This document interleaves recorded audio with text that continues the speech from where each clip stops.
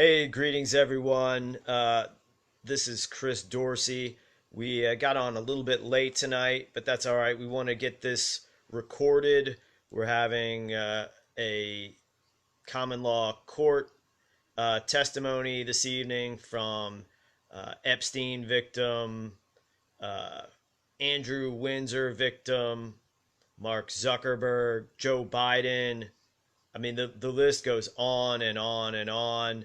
Her daughter was part of uh, uh, the the murder ring that where there were individuals that were killed through something called Alpha Bay, which was the largest dark web um, uh, drug and human trafficking operation on the internet. And this was run by the government, and then the government covered it up using Jessica Collins' daughter's death as an excuse. So we're just we're trying to get listeners on. I'm trying to get everybody prepared for what we're going to hear tonight. Um, if you don't know, just Google search Jessica Collins, Joe Biden, Jessica Collins, Jeffrey Epstein. You'll get an idea of what it is that we're going to be talking about tonight. So I'm trying to get on Facebook right now. And yeah, I'm on the wrong freaking page here. Let's see. But I do wish to, yeah, here I know what to do. Yeah, so we're just hyping up. This is what's gonna go on tonight. Hey, Christina, Jessica Collins' testimony. That's the big thing. It's coming on in 12 minutes. We're gonna go live on Blog Talk Radio at that point, and Jessica is going to give her testimony regarding all the highest levels of government. When I say like inside the White House, inside the Kremlin, uh, on all sides of the political divide, owners of international news agencies, they're all involved in this human trafficking and what's going on right now. How they are attempting to silence those who are exposing the crimes, and that's what we have got going right now tonight. We are just going to hear the testimony, unadulterated, remarkable claims. The claims are going to be remarkable, and they have never once been challenged as far as being true. I have seen it, and many others, hundreds of thousands, millions of others have seen the claims. They've seen the claims, and so no one's refuted it. Seen the pictures. I mean, Melania Trump. There's a lot of information about Melania Trump that's going to be revealed tonight. That's going to be very, very interesting to see and hear what Jessica has to say about Melania Trump and how she was involved as an escort for the DC Madam. That's not all. That's just the tip of the iceberg. And then we'll hear testimony, and this is testimony before the Common Law Court of King's Bench. We'll hear the testimony about the revenge tactics that they'll take. We'll hear about how the handlers work with these assets that are used for any number of purposes. This is usury incarnated, and we're going to hear the inside scoop behind all of that. All of that will be made clear. So bear with me, because we are sharing this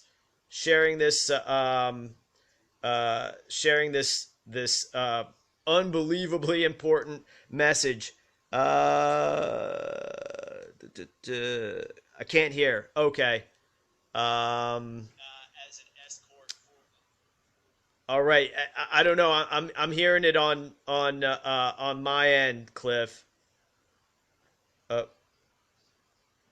all right. So we're sharing this a lot, and this is going to be about the testimony. Okay. So, anyways, wow, it's not letting me share already. They cut me off from sharing on my page. They cut me off, but that's all right. So now we're gonna that's it. That's all we can share. Allow me to share to like 10 places. We used to share to over 200, and we're still managing those groups, but Facebook isn't allowing us to share anymore. Let me show you if I can. Let's see. Uh, in a group.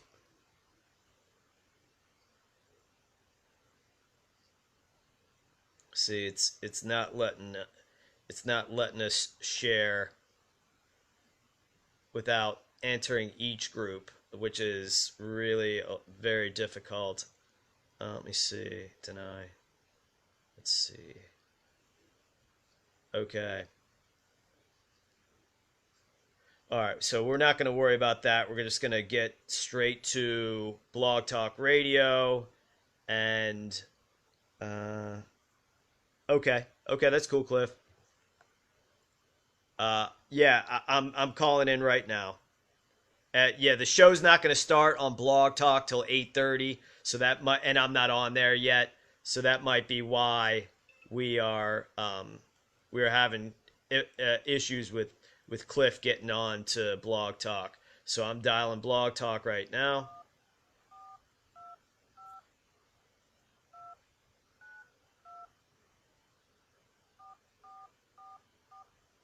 All right, so we're dialing into Blog Talk. Welcome to Blog Talk Radio. When finished, press the pound key.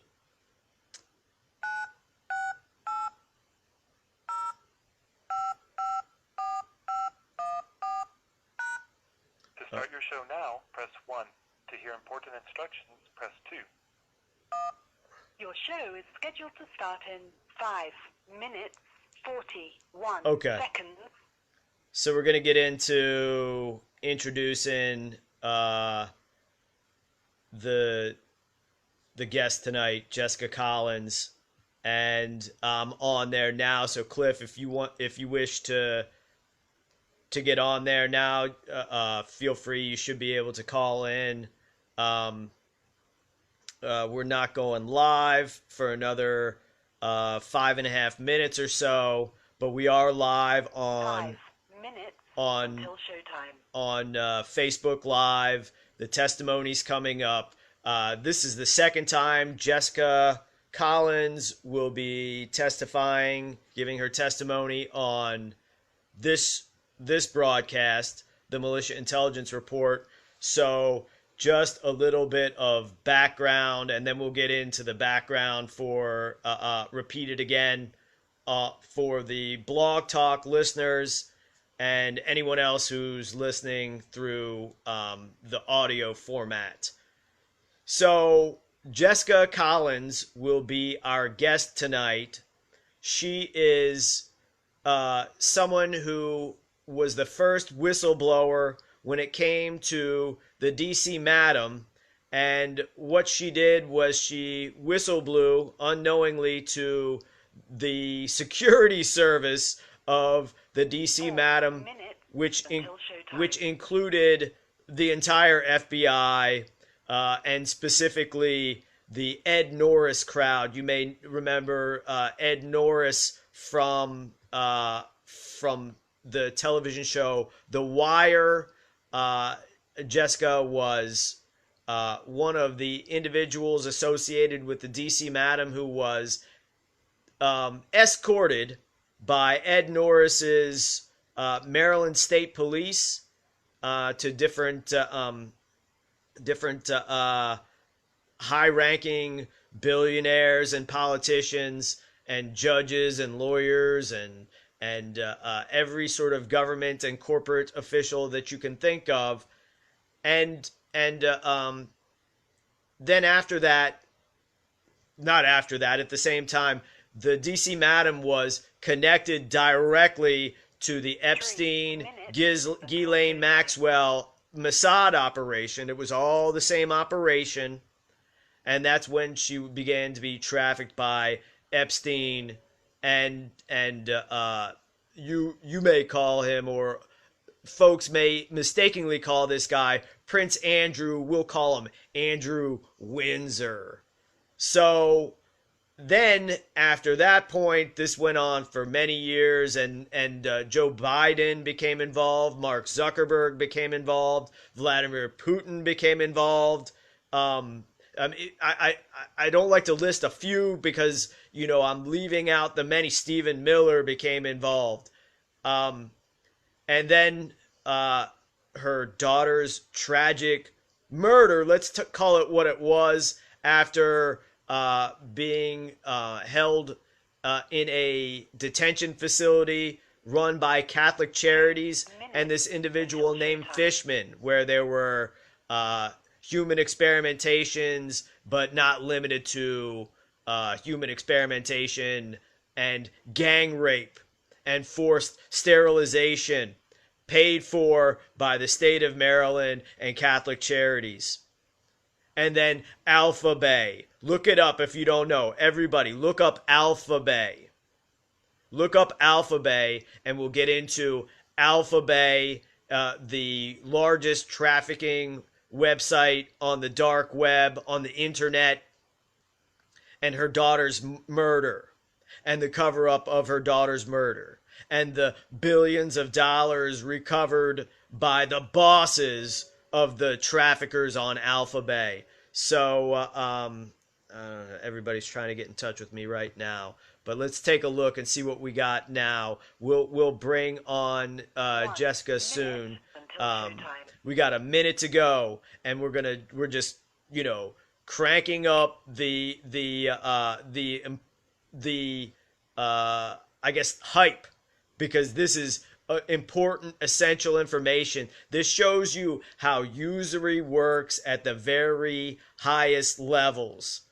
This is a failed society, and how the government victimizes, and they never admit it. Now they're playing this fake role with this Epstein thing, trotting out victims that were involved in the human trafficking, like Virginia Roberts Giuffre. Yeah, she was recruited at Mar-a-Lago by Donald Trump and Ghislaine Maxwell and Jeffrey Epstein. Yeah, that's true.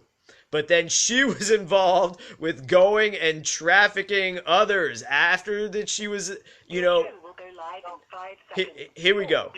We're going. 3, 2, 1. Love Talk Radio. Hey, greetings to the body, the people. This is a man called Chris Dorsey. We already got a little bit of a number of folks watching us live on Facebook. We're now live on Blog Talk Radio. We have an extra special show tonight because we have live testimony before this common law court. We have live testimony, the testimony of government-run human trafficking victim Jessica Collins, the testimony of Jessica Collins. Right now, we have that for you tonight before this common law court. Before this is the testimony, and we will hear remarkable claims being made. Remarkable claims that are not in any sort of dispute whatsoever. No one is disputing this. No one is refuting it. There have been dozens of mainstream media reporters who have heard this testimony. And what have they done? They verified that they've heard it, and then they've covered it up. So we shall not cover this up. This is public testimony. This is in a public court of record.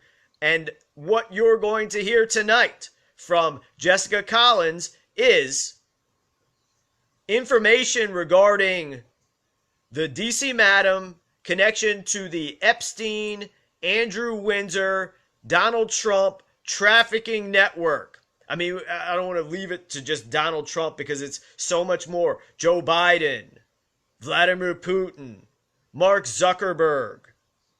Michael Bloomberg. I'm not Michael Bloomberg in this particular instance. I'm sure we can make the connections. I'm talking about individuals just having to do with Jessica Collins. So Harvey Weinstein, Julian Assange. The list goes on and on and on. And we're talking about how the DC Madam and the Epstein network were one and the same, that there was a connection, that the Mossad and the FBI were running this together. We just mentioned how the police were involved in covering this up, but not only covering this up, but facilitating it. And we brought up Ed Norris, who was operating in Maryland when Jessica Collins was victimized and set up in apartments run by the Maryland State Police. This involves the Capitol Police. This involves the directors of the Federal Reserve Bank. This is the illicit activity, all of the illicit activity, human, drug trafficking, gun running, all of it, it dovetails into the testimony of Jessica Collins. So I don't know how much more we can hype it up. This is everything right here, and this is being ignored and covered up. Now there's more, there's going to be more news coming out showing mainstream media reporters have been on this story for months. This is not a new story. What is new is their attempt to drug, abduct, and charge Jessica Collins with crimes. Now you got that right when I said Jessica Collins was drugged by an individual known as Coy, who is running drugs, seemingly giving kickbacks to the Accomack County Sheriff's Department and to the owners of a shopping center in Accomack County, Virginia. John McCain. Thank you. John McCain was another of the prominent figures Jessica Collins was trafficked by. John McCain. Okay, so hey, thanks Bill. So now we have this aspect, and who else is involved? Well, the clerk of the court, all the judges, all the members of the sheriff's department, seemingly Jessica Collins' handler, and an attorney in Virginia Beach, Virginia, known as Miller. When Jessica began to require that she be tested for quote-unquote date rape drugs, which is including but not limited to Rohypnol and any other number of sedatives, and she is told the same lie by an attorney that she never agreed to have to represent her, but although she never agreed to that, somehow began to represent her and then disregard and then repeat the talking points of the sheriff's department and the investigators, other investigators into the crime of Jessica Collins being drugged. Now, this is a complex story. So, this is ongoing. Evidently, we're going to get into the details, but evidently the handler, the government intelligence agency handler of Jessica Collins, without her consent, acting as power of attorney in some way. I mean, this is not really legal. This is not really accepted by the Virginia bar.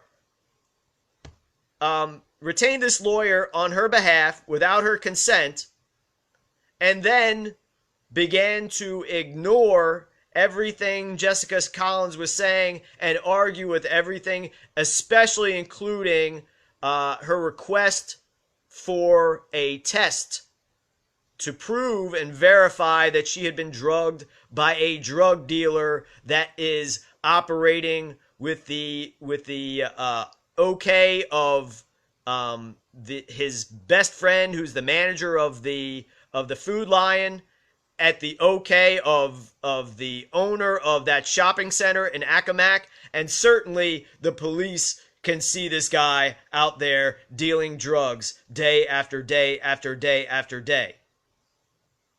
So that's what's going on. And then to add the handler in, to add the representation without consent and the dirty tricks. But all this is public. All this is being made public.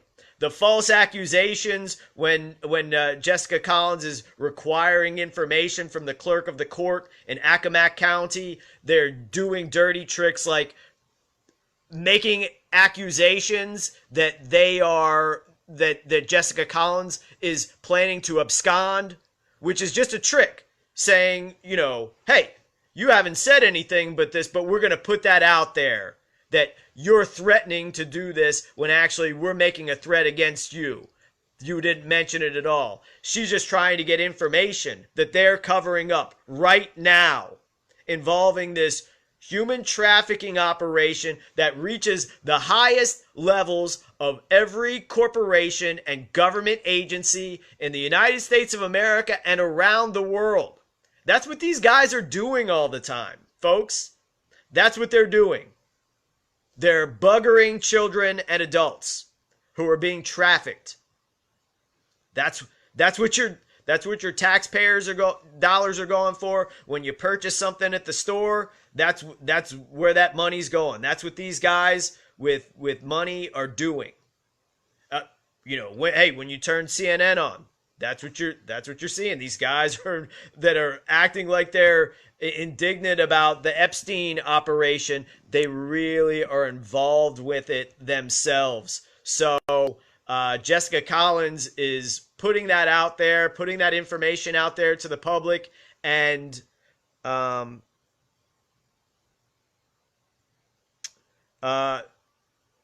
we're putting that information out there to the public, and we're letting them decide instead of what the mainstream media is doing, which is, hey, they're all talking to her, they're debriefing her, and then they're covering it up. Now, some of these recordings will come out. They'll come out and show, hey, yeah, this is true. I talked to this. Or you can call them yourselves. You can call all these mainstream media folks. You can call the public figures themselves and go, hey, what do you think about this? This is quite a claim. What do you think about it? Most individuals would sue if that wasn't true. But these guys, they just don't say anything. They get confronted and they don't say a thing.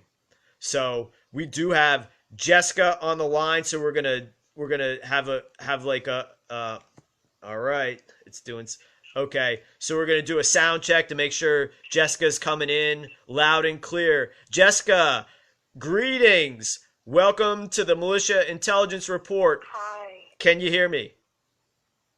Oh, thank you, Chris. I can hear you. Okay, excellent. So Can you hear me? I can hear you good. We're gonna get a feedback from Facebook to let us know. Maybe Cliff, you can be in charge of that, letting us know how the sound is on Jessica's end and on my end. So we're waiting for that, but we've got Jessica Collins on the line. Hello. Waiting for a little feedback about the sound check. So, sounds great, says Bill Wright. Sound is good on Blog Talk. Okay, so Bill Wright, I'm presuming he's listening on Facebook since he's commenting. So it sounds good so far from the feedback we're getting. So let's get on to the important aspects. Jessica Collins, she has been reached by millions of people. She really is the only person out there that is exposing and connecting the dots with this high level human and drug trafficking operation run by all governments and all corporations, not just the USA, not just Israel, not just Russia, but all of them across the board, connecting the DC Madam to Epstein, to Maxwell, to Andrew Windsor, to Joe Biden, to John McCain, to Mark Zuckerberg, to Vladimir Putin. I mean, I could go on and on. I don't want to go on and on. Chris, I do want to say do that, but I want to address something in the comments real quick. People are talking about 1,000 children in NSA bunkers, so I just want to.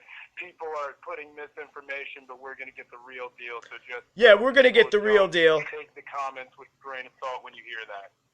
Yeah. Okay. Thanks. Right. So we're going to get the real deal from Jessica. Let's get to Jessica. Okay. Thanks, Cliff. Right. I have no knowledge of any bunker. Right. We're going to just stick to, this. My experience is very different. Right. Well. Than what's being told by the media.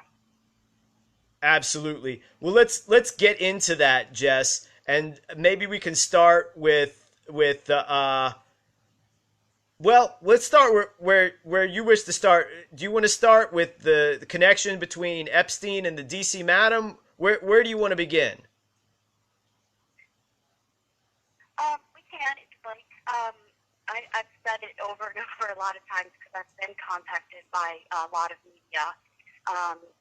It started with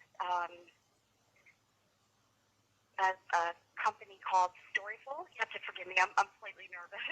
No, you're doing good. Yeah, we saw. Live broadcasting. No, you're doing great, Jess. But it's an important thing that you. Jess, real quick, let me stop you right there. Hold on a second, Jess. Hold on. Make sure, if you can, that you're talking directly into the microphone and that you got you got all your settings good, because you were coming through good before, and now it's getting kind of choppy. So I don't know whether that had something to do with it, or whether that's an internet issue or what. I guess it shouldn't be internet since we're on phone lines, but whether it's a cellular phone issue, I guess I should say. So again, you were talking about you getting contacted by Storyful, and that's also run by a writer that freelances for the New York Post. I believe so. Yeah, and they also they on their own website it says that they're media intelligence in place, for crisis situations and protecting people's brand names. So I suspect that's the reason why they contacted me first. Joe Galvin verified that I am a victim of Jeffrey Epstein. I believe he already was aware of that fact before he even called. Mm-hmm. I'm trying to upload that video right now to YouTube so that people can hear that full conversation. It's taken 10 hours so far, and it has 3 more hours to go. So that's the difficulties, and just one of them behind what is going on in my life. I didn't get notice that you were on air, so I did a little switching around and finally found that you actually were on air, and I was wondering when I was going to get notice, and I finally saw you were already speaking, so I didn't quite hear what was already mentioned. But what I was saying is that I've talked about this to a number of reporters, starting with Storyful, then on to the Sun reporter, Emma Perry. Then I spoke to the BBC. True News became involved and promised me, because they claimed to be Christians. I trusted them a little more, and they videotaped testimony 2.5 hours. And as soon as they had that, they kicked me off the property, and then continued to make promises, really just to get, rid of me, and then they libeled me. They wanted mainly to hear my testimony and where the evidence was. When Joe Biden took me to Mexico, he took me to a place called Manzanillo, Mexico. In around the year. It wasn't around. It was in the year 2003 or 2004, but within those 2 years. I just can't quite recall the exact date. But I gave them the bank account information, and they said they would be able to acquire the bank account information, the flight logs. And I don't know what they did with all their information. I sent them a cease and desist letter.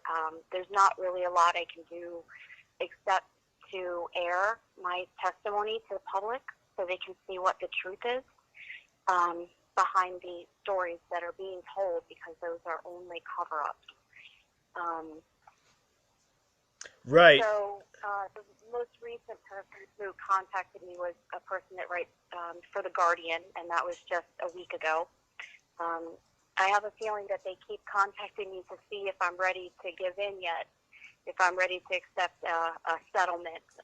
But that means denying the truth about what happened to my daughter, and most likely, not talking about the reality of what's going on. Okay. And so, I heard you speaking about my recent interference with getting the truth out to people. Here where I'm at in the local area, and the corruption that already existed before I got here, and they snared me with.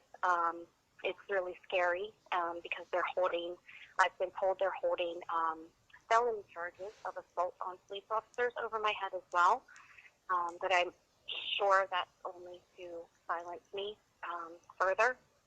And I'm really nervous to be in in their custody when I can't trust them. It goes back to 2002 when I was at Catholic University. I was a student in architecture, and I had been in school for 4 straight years. I got a partial scholarship for my GPA to Catholic, and studied there for an entire year and 1 semester. I was in the 4th semester there. And at the end of the semester, I answered an ad in the city paper, which was the paper distributed on the campus in the bookstore. It was very vague, and I've mentioned this in the YouTube video that I made. I went on the interview, and I was raped by the man where I was sent, and I tried to tell the woman who sent me there what happened, and she said that she asked me how he was, and when she said that, it was like a feeling that I can't quite put into the correct words. Sorry, I can't know. Right. This is very traumatic, Really and you're doing good, Jess. Keep going over this over and over. Yeah, it's not like I haven't gone through this trauma and relived it, many times to try and give my testimony to the reporters. Right. Who promised, to help get out the truth, but that was all a fraud. Right. So, Jessica, our experience is I don't. Yeah, that we know that these mainstream media reporters are just nothing but they catch and kill these stories, and that is their design. They're part of this intelligence operation and human trafficking network themselves. That they are that's what they do. That's So 100%. yeah, catch and kill these That's 100% stories. correct. I didn't know it at first. Yeah. I had to learn the hard way, I had to, leave each of the times that I gave them my full testimony and, feel violated and scared and confused about what was going on and why nothing was adding up. And it became apparent over time that that's what was happening, that the media is not concerned about the truth or the public or, the safety of people being trafficked, or the, welfare of the people who have been trafficked, the way their lives have been destroyed. People, like what's happened to my daughter, I'm sure it's happened to many people. And these are the things they don't want people to know, the truth of it all. Right. Exactly, the truth of it all. So They yeah, want the cover story, not the truth. That they are experts. They're right. psychological experts, just like the traffickers are. They know the breaking points. They know what folks will accept. They know what the public will accept as the cover story. But we're getting beyond this because this is just testimony of exactly what's happened and what's going on now. So that's the key difference. So yeah, please proceed because maybe names. Are there any individuals thus far in your story that you believe should be named on the record leading up, like the contacts from the initial phases of your trafficking, beginning at Catholic University in Washington D.C. Key institution, key location. Okay, so we have that so far. Jessica, uh, proceed how you would like, how you Well, wish. I was starting to do research into, who exactly owned the city paper because I was determined to hold the people who were responsible accountable for what they did Mm-hmm. to me and my children. And so I found the person's name who owned it and saw a picture of him and his wife. And as soon as I saw her, the wife, I recognized her immediately. And I remembered, my memory shot me right back to being in their home in a condo in Maryland that they owned. It was Joe Albrighton, the owner of that City Paper magazine. And I didn't know it, of course, at the time. But looking back on the situation, what he had done was once I'm gonna accidentally have to jump around here to address him because other things happened first. Maybe first Where let's I was explain trapped who in he an is. apartment by Jess, can we explain like quickly who he is? sorry. Like, he's a Um, billionaire. well, Or is that correct? according to what's available on the internet, he's now a billionaire. They say he's passed away. I'm not certain if that's true. I've seen a lot of people who they claim are dead who are not dead pop back up. There's some evidence of that, very substantial evidence of the DC Madam popping back up under the name Jenny Moore. And people can find evidence of that on George Webb's channel. George Webb has a lot of information about the reality of the trafficking and is not sharing it. So with the Joel Brighton, they say that he came out of nowhere, in a little town of, I believe, about 400 people, somewhere I forget, in the Midwest, and just happened to become a billionaire, from his own hard work and effort. And his son, who is not actually his son, as far as I am concerned or have a knowledge of, is now owns Politico. When I went to their Okay, home, so what he had it done, seems. once the police Yeah, go ahead. Sorry. trapped me in an apartment, he came to me. He was going by the name Terry, and he said that he was from Greece. He was very hyper man. I can describe his personality. Very, very aggressive in a hyper kind of way. Always, manipulating and moving and shaking kind of person. And he said, my children were living with me, and he was, trying to befriend me, but he was saying, I can watch your kids for you. I have a daughter; she can help, and so why don't you bring them over, and then you can, get on with this. Trafficking is what was happening, which I didn't really understand at the time. Ever since the day I answered that ad, I've never felt like I owned my life since. So I really couldn't understand what was happening to me. But I didn't see any reason, not to have him watch my kids. And I know that might sound bad to some people, and I look back on it and think, I should have known better, but I was only 23 years old.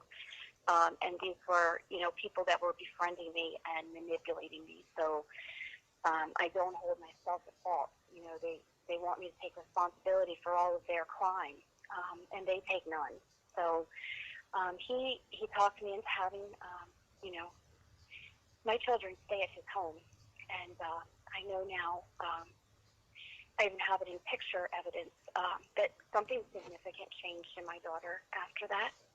I could see in her face she would do this weird thing where she pulled the bottom of her muscles around her jaw, point like really tight, and she refused to wear clothes, and she was putting herself in weird cages that she would make out of just the household items that we had. So there was something different, like in the passing of time, I didn't take note of it. It's looking back on it that I can see that what happened, knowing these people, knowing that man, and I'm certain that she was raped as a child then. It happened to me when I was a kid. I also believe they got a hold of her in Florida when she lived there with my aunt. She lived in the same area as Jeffrey Epstein in Fort Lauderdale for 1 year when she was 11 years old.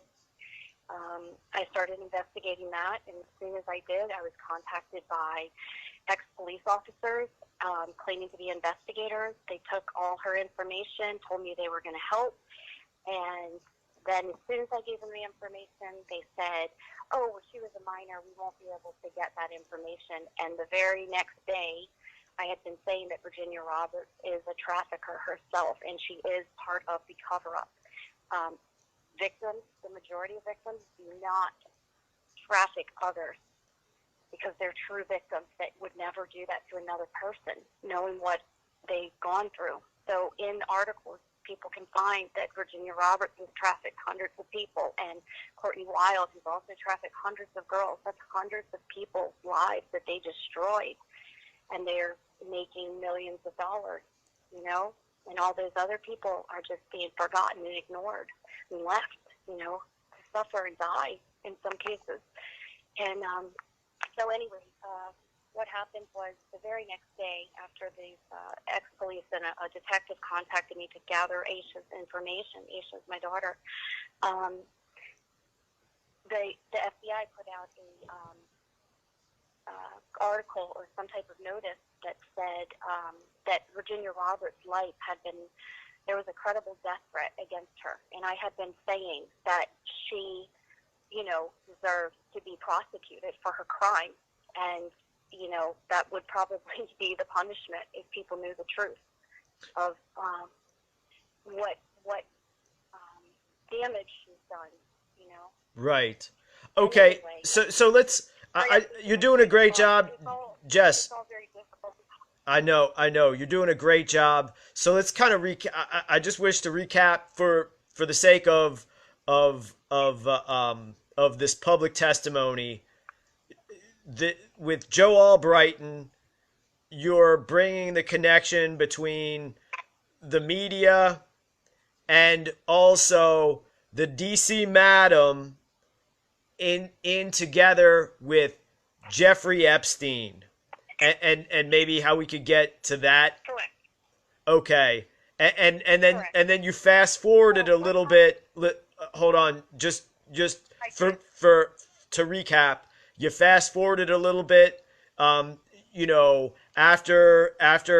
Joe Albrighton's son, is that correct? Was involved in some sort of organized abuse of your children, then that information was passed on later when she was in Florida and also seemed to be victimized by one of your victimizers personally, Jeffrey Epstein.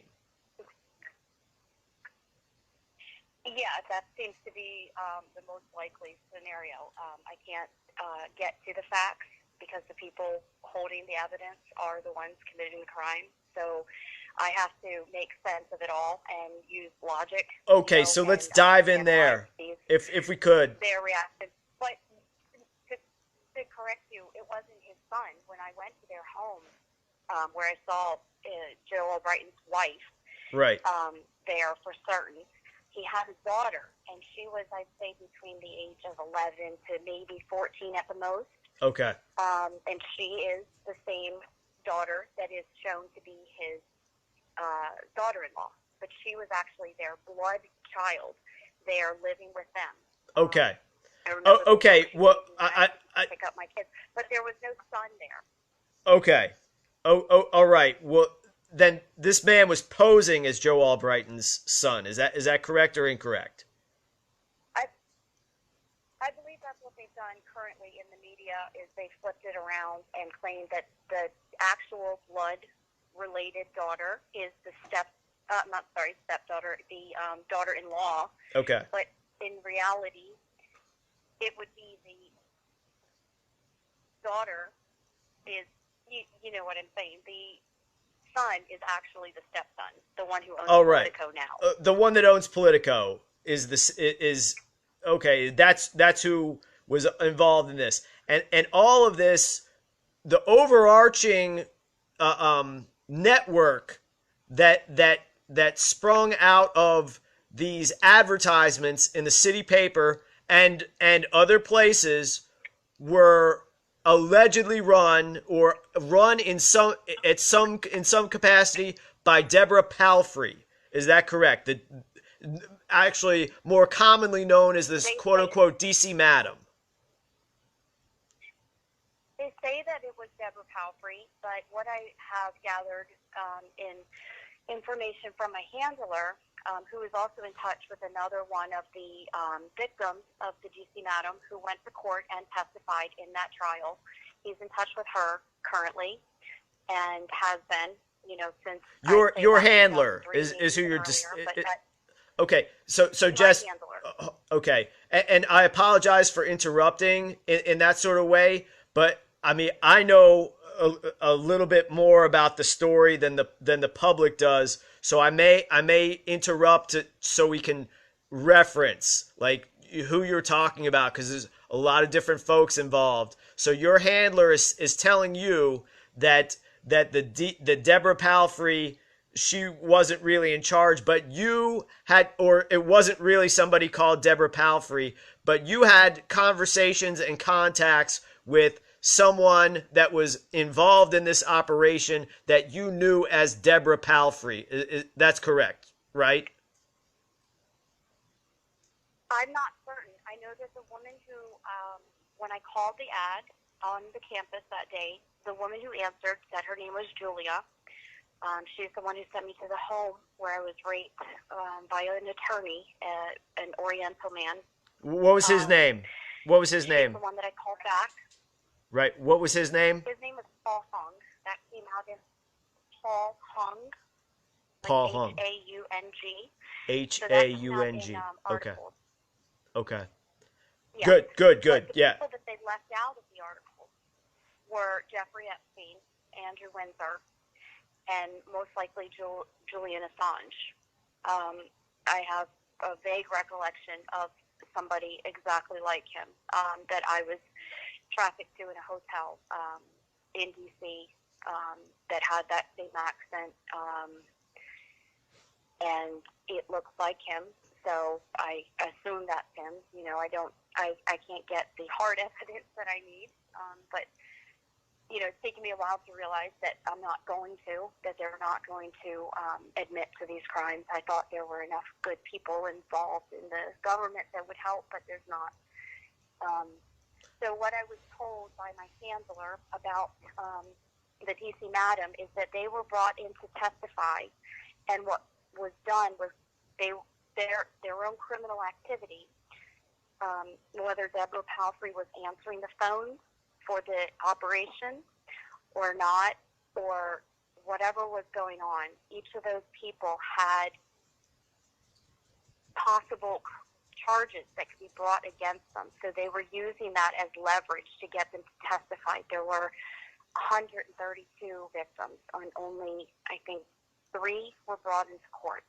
And Deborah Palfrey allegedly committed suicide. Brandy Britton allegedly committed suicide. The naval officer allegedly committed suicide. The third one, or fourth if you're, not counting Deborah Palfrey, suffered 2 strokes in front of my handler one evening, disabling her for life, where she was writing a book about prostitution in the United States. She could no longer write. She was put into welfare, what's it called, the type of hospice care. It's not quite hospice, something similar. Yeah, senior living, assisted living. Sorry, I'm having trouble hearing you now. Okay, sorry. Assisted living? Can you hear me now? Yeah, something for disabled people. Yeah, yeah. She went from owning a condo, to, yeah. And she was writing a book. But she's also, yeah. And she was in the middle of writing a book, yeah. Right. So that will never come out. Yeah, and they're doing something similar to me now with this,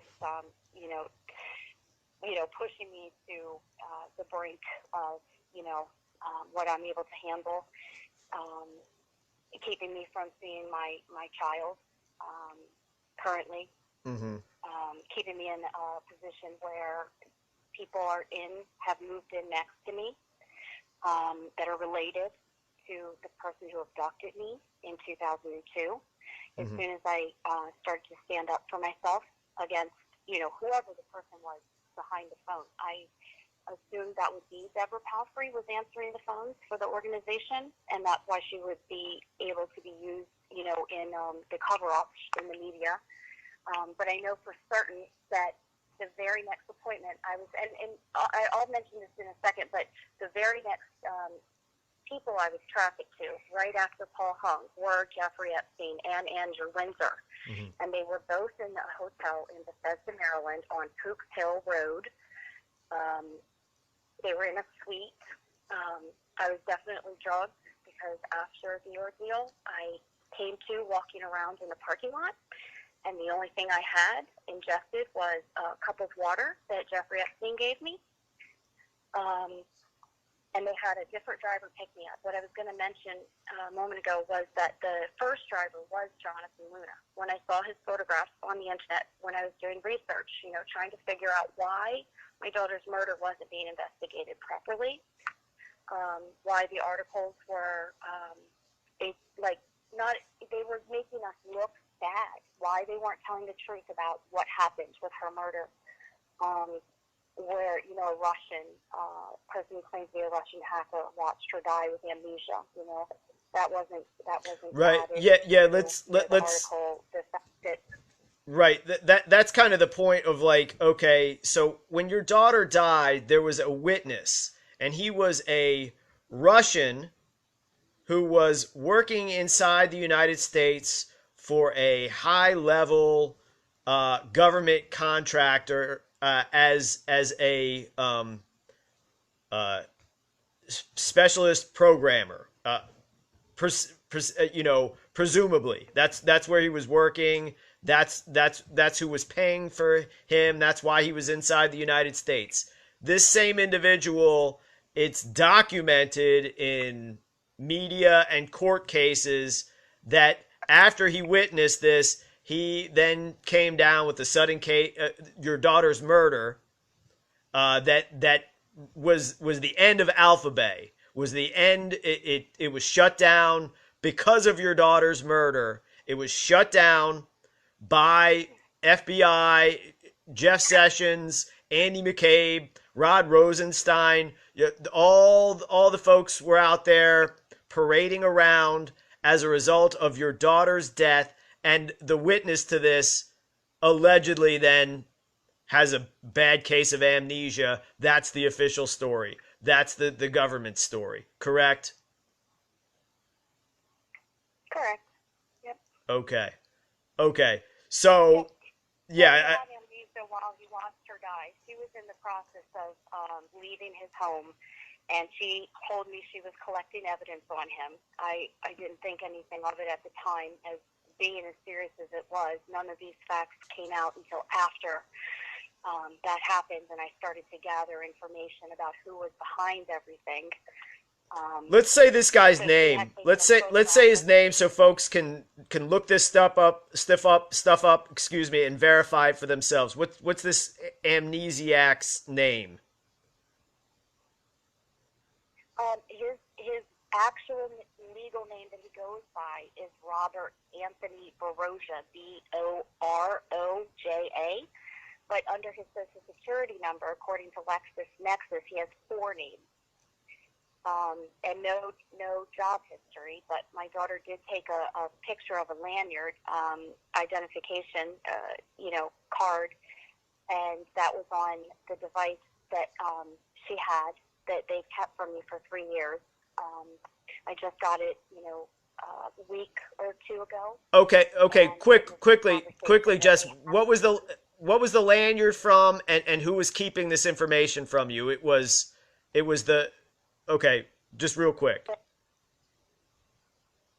Well, the Portland Police and the company, I'd have to look it up. It's a big international software type company. It seems I haven't done any research into exactly who they are, but it's pretty big. It's called Con something Vigil, Con something Vigi, something. Has a very odd sounding name. All right. Let me see if I thought I had that information somewhere. Let me see if I can find it. Right, I do. All right. I'm looking real quick, but yes, please go on because I'm gonna keep trying to find that right now. I'm not sure. Okay. I believe you sent that. Well, I don't. Yeah, I don't. I don't want us to get sidetracked on that. That's why I keep putting the information out to try and get help because I am overwhelmed with everything. Oh yeah. It's more than one person can really handle. Certainly. So somebody did look at that lanyard. Is it a lanyard? Or the identification? It's unfortunate that my education was taken from me because I believe I'm pretty intelligent. Jess, you're doing a great job. Like the most intelligent person. You're doing a great job, Yeah. and you're certainly doing all right with conveying a lot of this information. And it seems to me also that there's a lot of things about people getting drugged involved in this operation. Yeah.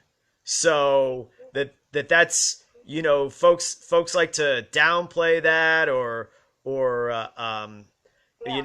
sounds outlandish, but it's not. It is the truth. They do that.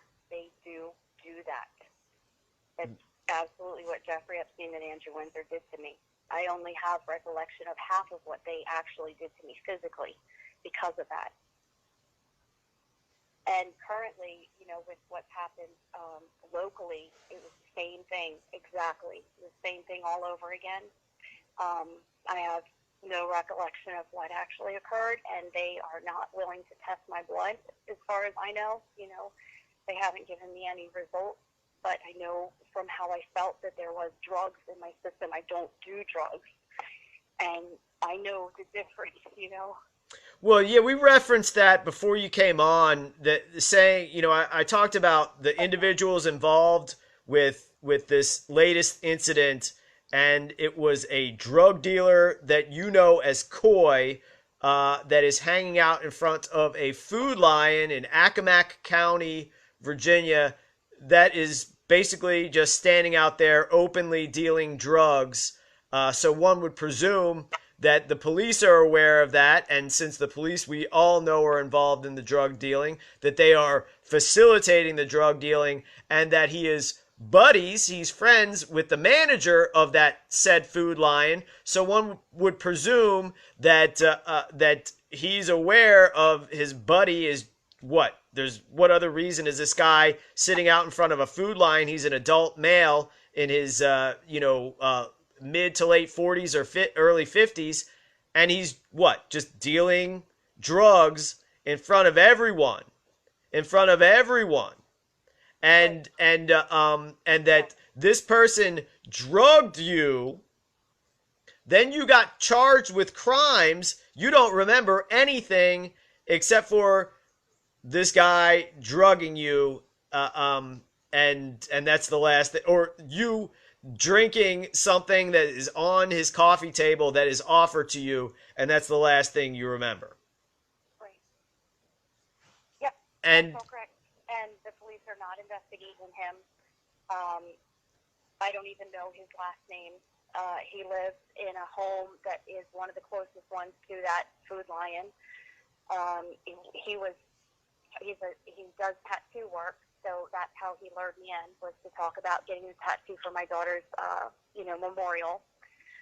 I did find the name of the company. The person also goes by, he has multiple names, but he goes by Sasha.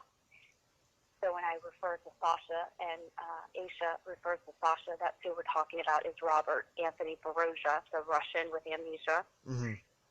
The company that was on the identification card is Convergys.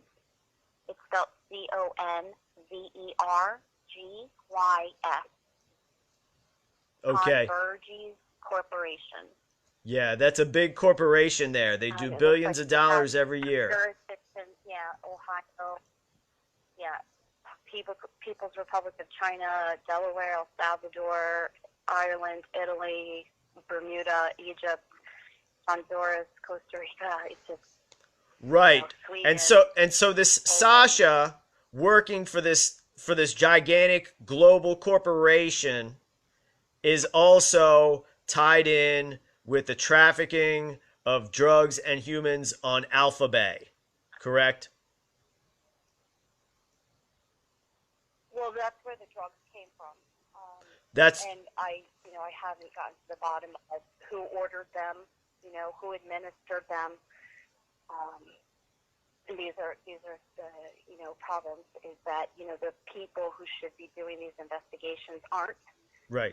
I have reported, the Jeffrey Epstein, D.C. Madam connection to the FBI. They're not interested. They actually told me that I need to provide the evidence myself, which is an impossibility, and they know it's true. They know that is a fact. So anyway, yes. Okay. So I don't really know what else I can tell you. I'm scared to death, that they've gotten me in a position that I can't escape from. It's been this way for a long time, and I don't know exactly what to do, but to ask the public to witness it. yeah, so okay, let's get into this. Let's get into the details of what's been going on with the case that is being brought by the government against you now, and the fact that there's absolutely no evidence to it. So we referenced your handler acting as your power of attorney and bringing representation for you without your okay. And then this representation basically seem to exclusively be making arguments against you when you're trying to get to the bottom of what you don't remember happened, and basically said, well, we'll wait and see what evidence there is against you, and when you requested the ability to see your son as part of a way to get you out of jail, basically the charges against you are DUI, but there is absolutely no proof that you were driving anywhere at any point, and when you were allegedly arrested, from what you can remember, you were nowhere near your vehicle, which was on the property of this drug dealer named Coy. So, again, any DUI lawyer or any defense lawyer in their right mind, they all immediately know that if somebody's not driving the car, there's no proof of a DUI. And if somebody is away from the car, that's the number one defense of any rational human being alive anywhere in the world. And instead of that, this guy tells you, well, we can't test for Rohypnol, although that's not the only of these quote-unquote rape drugs, because it only stays in your system for less than 24 hours. And that is what you heard from the sheriff's deputies when you were being illegally held in jail in Accomack County, Virginia. So the sheriff's department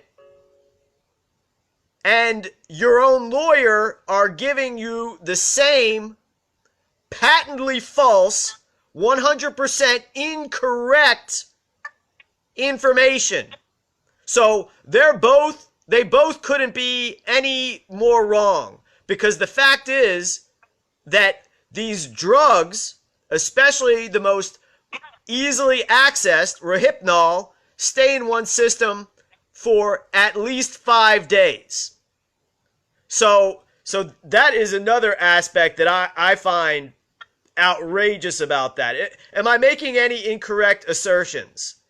Because you and I have discussed this case. So that seems to be the cut and dry element of at least that, of at least them covering up you being drugged and not even investigating this, even though you have filed formal complaints and arrest warrants against this individual. Is that correct?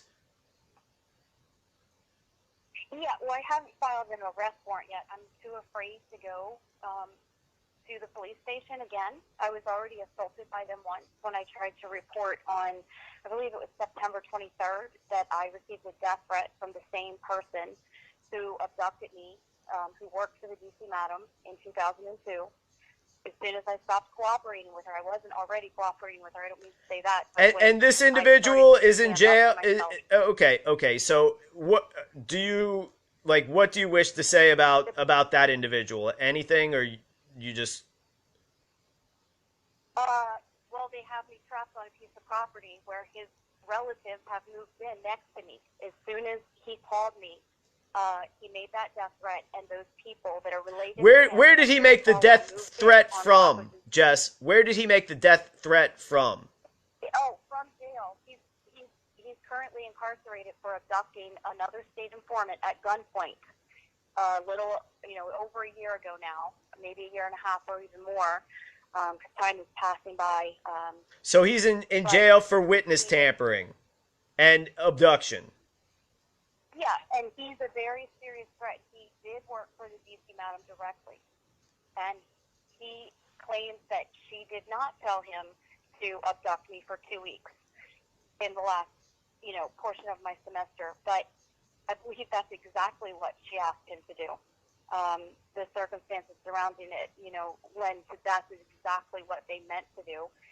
When I called the police moved me for my own safety into an apartment that I believe was under surveillance. I saw at the apartment across the hallway with black boxes only, no furniture. And this is in College Park, Maryland, correct? This is in College Park, Maryland. What happened as soon as, this is within, 2 months of me answering that ad at Catholic University, where, I've posted my transcripts on the website, Jessica Lee, LEIGH, so people can see the corroborating evidence surrounding this, because that's all I have is, to provide this type of evidence to show this is where I was. This is, here's where my grades dropped, and everything was turned to F because I was abducted by the same person who has people in place behind me right now, who's called and made a death threat. I took that complaint to the sheriff's office, and I was assaulted by a detective in the lobby. Now they don't have that video. It's disappeared. And let me get to a key point, Jess. Sorry about this. you have been told by quote unquote law enforcement, by police, that this individual is a federal agent. Yes, the lieutenant or sergeant, I'm not sure of his title there, but he said Where? he is a Where? federal agent. Where? This is verbatim. Jess, where? In the lobby. He was But what where jurisdiction? Sorry. What jurisdiction? Sorry? Where? Like what? Jurisdiction of federal agency? No. What? You say a sergeant, possibly a sergeant, but and then in the lobby, but in the lobby of what facility and what government agency was this guy working for? That tells you this. That told you this. The Accomack. Okay. The person who told me, who said that, he wasn't telling me directly, speaking to another officer. Okay. They were behind the window, and this is in the Accomack County Sheriff's Office, the same place where I was jailed. Right. Recently. I was making the complaint on paper, and I gave them the phone number where he called from the jail. They went and they said they could get the audio of that conversation where this federal agent threatened my life. That person was a lieutenant of the Accomack County Sheriff's Department, or sergeant. I'm not sure what his title is. Right. Lieutenant or sergeant. Not just an officer in a patrol car. Right. Not just a regular deputy. Yeah. He said he is a federal agent. She thinks she's been sex trafficked. That was the sentence that I heard. I brought that up with that person who keeps calling me. I don't answer the phone as often as I don't have to, but because I'm having to gather my own evidence to support my claim, and to try and make this, just to hold the people accountable who should be held accountable. I've spoken with him again and asked him if he was a federal agent, and told him that I was told he was a federal agent, and he hasn't, he didn't admit to it or deny it. Right. But he definitely works with a DC madam, and he definitely has relatives that have moved in after I spoke to him the very first time when he tricked me on the phone, because him and one of my children have very similar names. They misrepresented the name that I was answering the phone for, and it was the person who the lieutenant or sergeant of Accomack County Sheriff's Department says is a federal agent on the other end. And that was the conversation when he made the death threat, because I told a judge that he raped my daughter when she was 10, because my daughter told me that. Mm-hmm. And so I wasn't letting any of this go, and I haven't. And I've been after, the truth and holding people accountable for at least 3 years. It's been longer, but I mean, in a different, more aggressive way, with contacting people and just getting down to the nitty-gritty of what's really going on, and why, for so many years everything has been covered up, and I've been in the same position for so long. Yeah, I mean it's a shocking testimony that we're hearing right now from Jessica Collins. And where would you like to focus now? We're kind of on what's going on now with you in regard to the current efforts to silence you from this information. And I understand also that the clerk of the court, who seems to be very ignorant of the law and seems to act just as a thug, is making threats against you to arrest you for doing things that they're making up, that you're not doing. You're asking for information that is right. publicly available, and is their job. They're required to hand over to you what you ask for through the Brady Doctrine and what is known as FOIA, but basically just how That's how the law functions, you know. And they do what they do, which is just ignore the law. But on top of that, by you following up with them, they're making false accusations against you, and they seem to be working in concert with your handler. Is that right? I mean, am I misreading that situation in making these threats? No, that's accurate, but I don't believe he's contacted the courts themselves. He was involved in hiring an attorney for me, Right. the one that you mentioned. Yeah, Attorney Miller. What was that guy's name? What his name is Attorney Miller. Daniel J. Miller. Daniel J. Miller. Daniel J. Miller, out of Virginia Beach. Yeah. Out of Virginia Beach. He agreed to me not being able to see my son. He agreed to me getting a job or looking for a job. When this is what I do full time is investigate and expose and relay information to the public about Jeffrey Epstein and the trafficking ring and what happened to my daughter. Exactly. And you had not agreed to any of these things, and you actually told him that that's not the way things are going to go down, and he brushed you aside with a motion, a dismissive motion of his hands.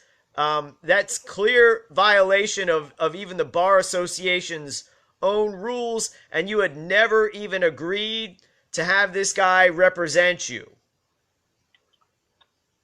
Correct. Yes. And now this guy is telling you, let me move this forward, and I apologize, and correct me if I'm wrong, please, Jess. But now this guy is telling you, hey, I want you to drop me as your representative, as your attorney, and is making threats against you. In doing so, although the fact is you never properly retained him, and he never did anything to properly act as your attorney, because number one, you didn't choose to retain him, and number two, he did nothing but dismiss your requirements and your wishes while he was acting as your representative, only coming into an agreement with your handler. Correct. Yeah, he was representing my handler's interests, not mine, and I didn't have a choice in him being signed to my case. I didn't sign any paperwork or agree to it, not verbally or not, on paper. My handler blindsided me and told me, "Oh, I just paid him." And I was like, I didn't know you were going to pay him, like I hadn't made a decision about him representing me, because he had, flicked his wrist at me when I told him I needed to be able to get to a certain area in Maryland to have access to my child who has, suffered the loss of his sister, been kicked out of his home, and also lost his father, all, very recently, and is struggling with all that. And it's the only reason that I'm here on the East Coast is for him. And, everything that I've been doing is to expose what's happened to us. And they're trying to take all that away from me. And I believe, they're trying to get me incarcerated and make me out to be a criminal when I'm not. I know for certain that there was somebody else in that car that evening. I have a doggy car seat for my dog, and it always is in the passenger seat, always. She sits there, and everybody, from the local area of McDonald's and Hardee's and, any of these drive-thrus I go to, they can see that she's always there in the passenger seat. And that car seat was moved from the passenger seat to the back seat. So there was somebody in the car with me that evening. I believe that they're going to deny, and keep any videotape of these alleged assaults, from any record, because I believe they'll show that I was actually the one assaulted. Well, hold on a sec, Jess. Okay, so basically you were drugged by this drug dealer named Coy, who is operating right in plain sight with the police, the management company of the small town Food Lion grocery store and shopping center, and also is buddies, best friends with the manager of the Food Lion. You talk to this guy about getting a tattoo memorializing your daughter, who we've discussed and is a very important person that the government would wish story does not get out. They don't want any of this out there. I've already referenced Catholic Charities. We've already referenced Epstein in regard to your daughter as well. Alpha Bay, which was the largest dark web trafficking operation, was brought down or shaken up, and the profits were taken, I should say, by the FBI and all the other intelligence agencies as a result of the death of your daughter.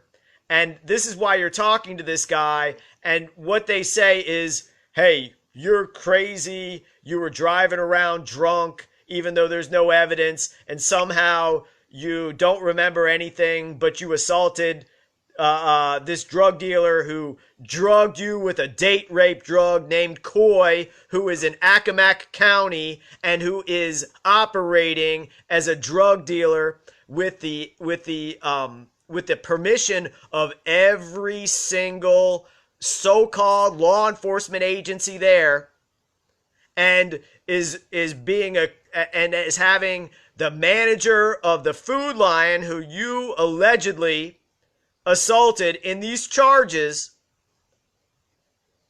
that this is the guy you allegedly assaulted, even though there's no evidence of that at all. And so they're saying you assaulted these individuals when there's no evidence of that, and there's evidence that they, in fact, assaulted you.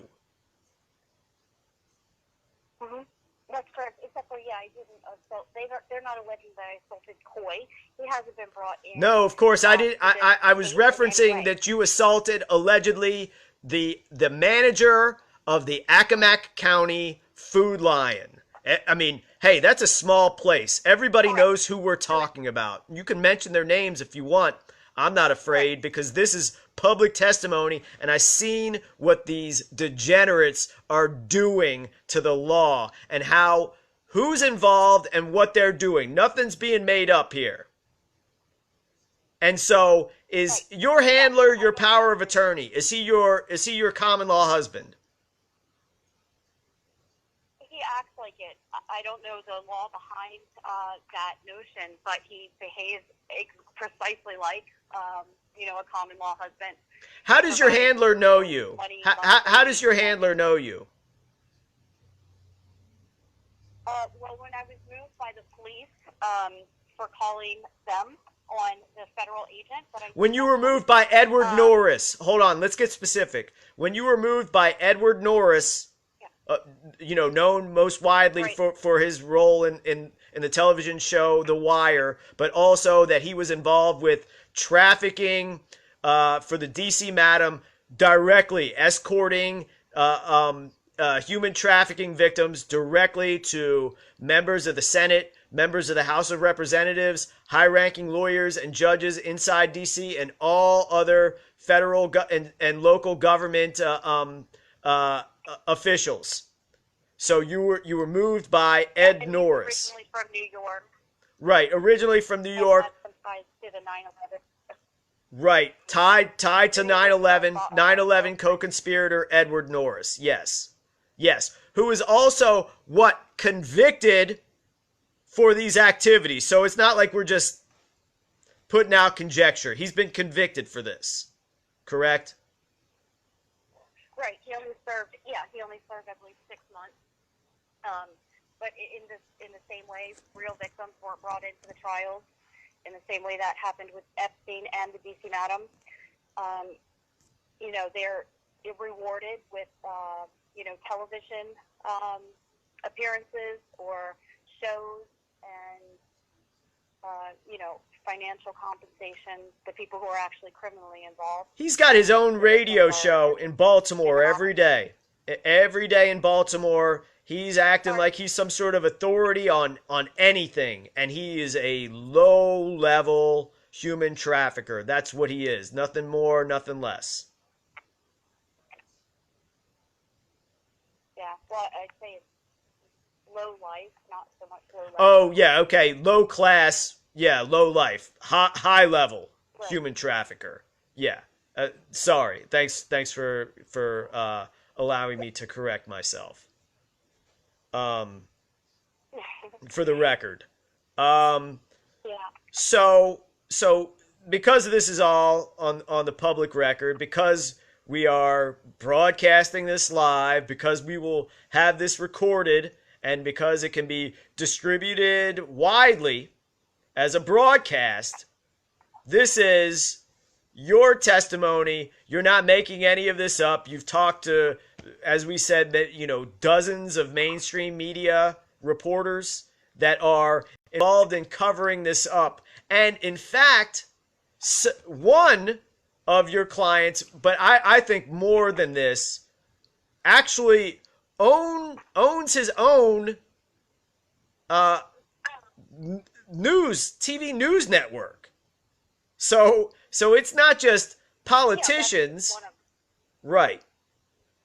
Yeah, his name is Simon Marks, right? Yeah, that was only one. That Simon Marks of the BBC. When I knew him in 2003, he worked for the BBC. I also knew people who worked for National Geographic, different other types of publications. One called Landmarks,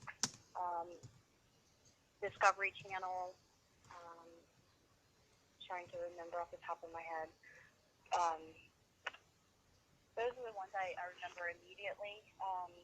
I'm sure there's a lot more, and the number, the different people that have been trafficked to is being kept from me. It's concealed. I don't even know who these individuals are.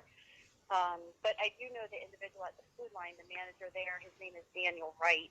I just found that on Daniel the Wright documentation. Okay, so Daniel Wright. Daniel Wright is the manager. Okay, so we got a smart audience, or at least let's say this: our audience is not dumb.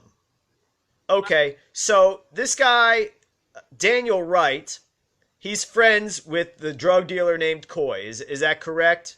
That's known around town, right? That's known around Accomack County. That's known around town, and Coy's abuse of women is also known around town. Right. This guy is known to drug with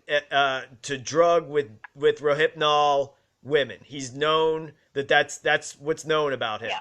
Well, I don't know that he. Well, yeah, the one girl said that he did the same to her friend. Yes. So I would say yes, that's correct.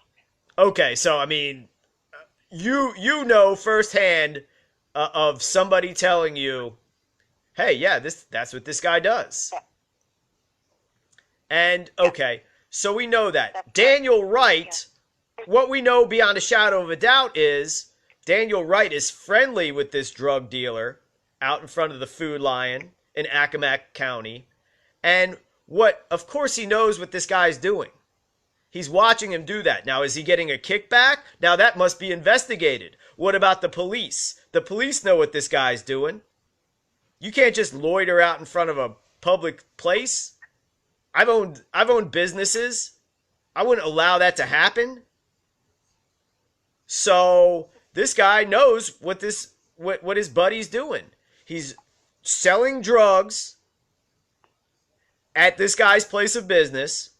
Now, that drugs makes a lot of money. Is Daniel Wright getting a kickback? Is Daniel Wright, and we also know that this guy's doing it right out in the open. And we know how the police operate. The police have their snitches that they will allow to deal drugs. They have their guys because, hey, they got to distribute the drugs. They're in charge of the drug distributing. So they have to have drug dealers working for them. And I'm talking about the sheriff's department at Accomack County, who is evidently involved at least in covering up this human trafficking that you're reporting. And crimes crimes including death threats, but not limited to that, stemming from human trafficking. So at least we know that they're involved in covering this up. Accomack County, the clerk of the court, the sheriff's department, the sheriff himself, and all the judges and your attorney and your handler working with all of these other individuals. Am I saying anything that you know, any non-dummy who knows this story, which you've put out to the public, I mean, it's not that difficult to connect these dots. And these dots are correct. Am I wrong, Jess? Correct. That's correct. Correct. Yeah, but he's not my lawyer. He's my. You're right. He was not your lawyer because you never agreed. He was assigned to you by your handler, who is named in documents from this attorney. So and the Bar Association. County Sheriff's Office has known. Go ahead. That I am a traffic victim since March 1st of 2019. Okay. So you're well known to them. Everyone knows what's going on. They're watching your social media accounts and they're commenting on your social media accounts to you in private messages. Not denying it, just saying. Go ahead. Sorry. Well, I don't know if they're commenting to me directly. Your lawyer, the lawyer, the attorney Miller, is watching your social media. There has been evidence in the past, and correct me if I'm wrong, because you know, I'm a judge, jury, and prosecutioner in this format. So correct me if I'm wrong. Also, there is indication through direct messaging / conversations / something written from officials at Accomack County that they have been viewing your social media account, YouTube, Twitter, whatever. Yeah. Good. That's okay. 100%. So all, you know. I was told by Daniel. Yes. Okay. Correct. Yeah, I was told by Daniel Miller that the Commonwealth Attorney is monitoring my social media Twitter account. I was told by, him, that's why he said he recused himself because of a comment that I made stating that he was hired to make certain that I went to jail, which I believe is absolutely true. I was also told by my handler today that if I try to move evidence, the evidence that substantiates my claims to a storage facility, that might be seen by the Commonwealth Attorney's office as me trying to flee, which I have no plans on doing. I'm planning to stand up to them as I have been. While I was in the jail, they also had informants, inmates acting as informants, passing notes to the guards, and those inmates were asking me whether or not I was going to flee, asking me, if, what had happened that night, and passing notes in quiet. And I've been told I need to pay $200 in order to, that's just the beginning of how much it will cost to get that video of the time that I was incarcerated. Right. That's what they do. They try to set exorbitant fees, but that's illegal. And the processing should not cost any more than $15 to $18, in my experience. And I never pay that money. I just, I either get it and, the Virginia State Police sent me a collection agency after me, and I laughed at them. Because that's public records. It's cost free, and this is not something you have to pay for because this is also covered under the Brady Doctrine. So the FOIA, their FOIA payment scales, even though they seem outrageous in this instance, they don't apply when it comes to the Brady Doctrine. So they can keep with all these tricks all they want, but it does not make them right. They don't have a leg to stand on. It's just making a false assertion to hide the facts. Trying to claim that I'm going to flee. Right. Oh, They well. know I'm not going to flee. I even told those informants that no, I would not flee. What good would that do me? You know, I have everything in my name. I need everything to be in my name. I've also been told by my handler that I will fail at that Jeffrey Epstein and my victimization of him and his trafficking network has nothing to do with what's happened, and any evidence I try to bring into this case to assert that is the truth will be thrown out. That I cannot make any connection. That's what I'm being told. I know that that's. But there's lots of connections. Of There's nothing but connections. He's the connection. Your handler. Well, I've told him that, and he says I'll go to court and I'll tell them I'll deny this and this and that, and I have no. But it's true. All you'd have to do, again, Jessica, we've already referenced the only question about with your handler. How do you know Jessica Collins? How would he answer that?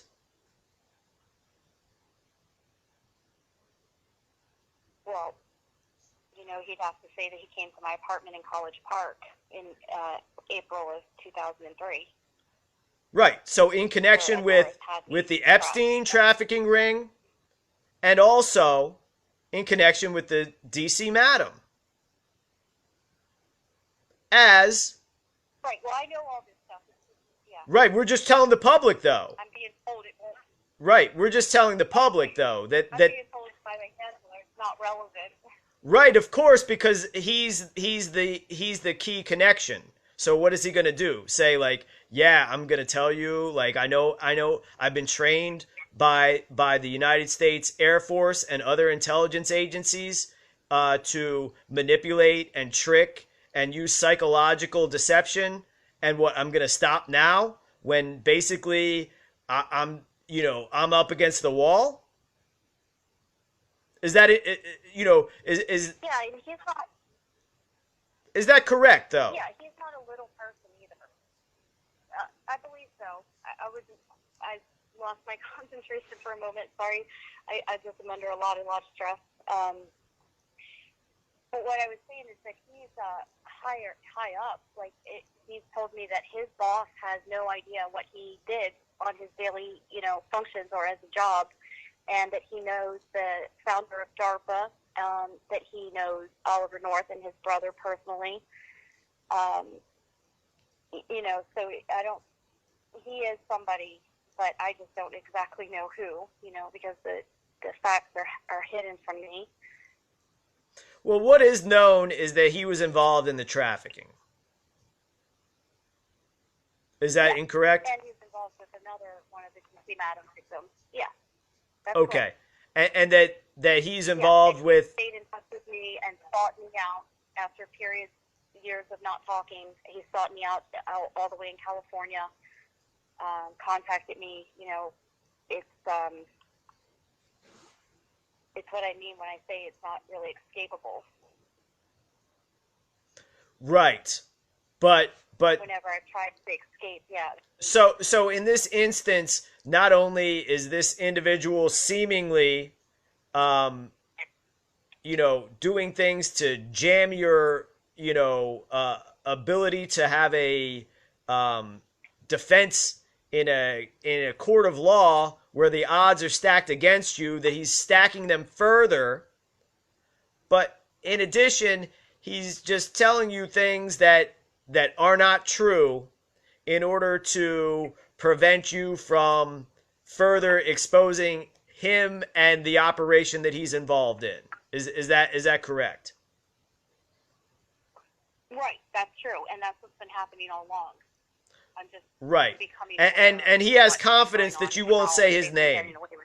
He has confidence that you won't say his name, even though at this point, let's get back to this. Let's get back to this, because this is the thing. If he's brought to testify in this case, he almost would certainly have to be brought to testify because of the activity with the lawyer Miller. Because he right, I believe he knows that as well. Because he because if I'm called to testify, I will. because also it's against the rules of the bar association for such activity to take place. For somebody, Well, yeah, they're giving me a hard time too. well, I mean, The bar association. well, I wouldn't, I would Simple question. about the initial Well, question. I just asked them a simple question. Yeah, about what the law is behind retaining an attorney. That one had been hired for me that I didn't agree to, and they haven't responded. Well, I know it. That's against the rules, and I know it's against the rules for an attorney because the next question is it against the rules for an attorney to go against all of their clients' wishes, especially when it is to do with their children and their livelihood? Is it against the rules for an attorney to openly work against the First Amendment right of their client that the client didn't agree to?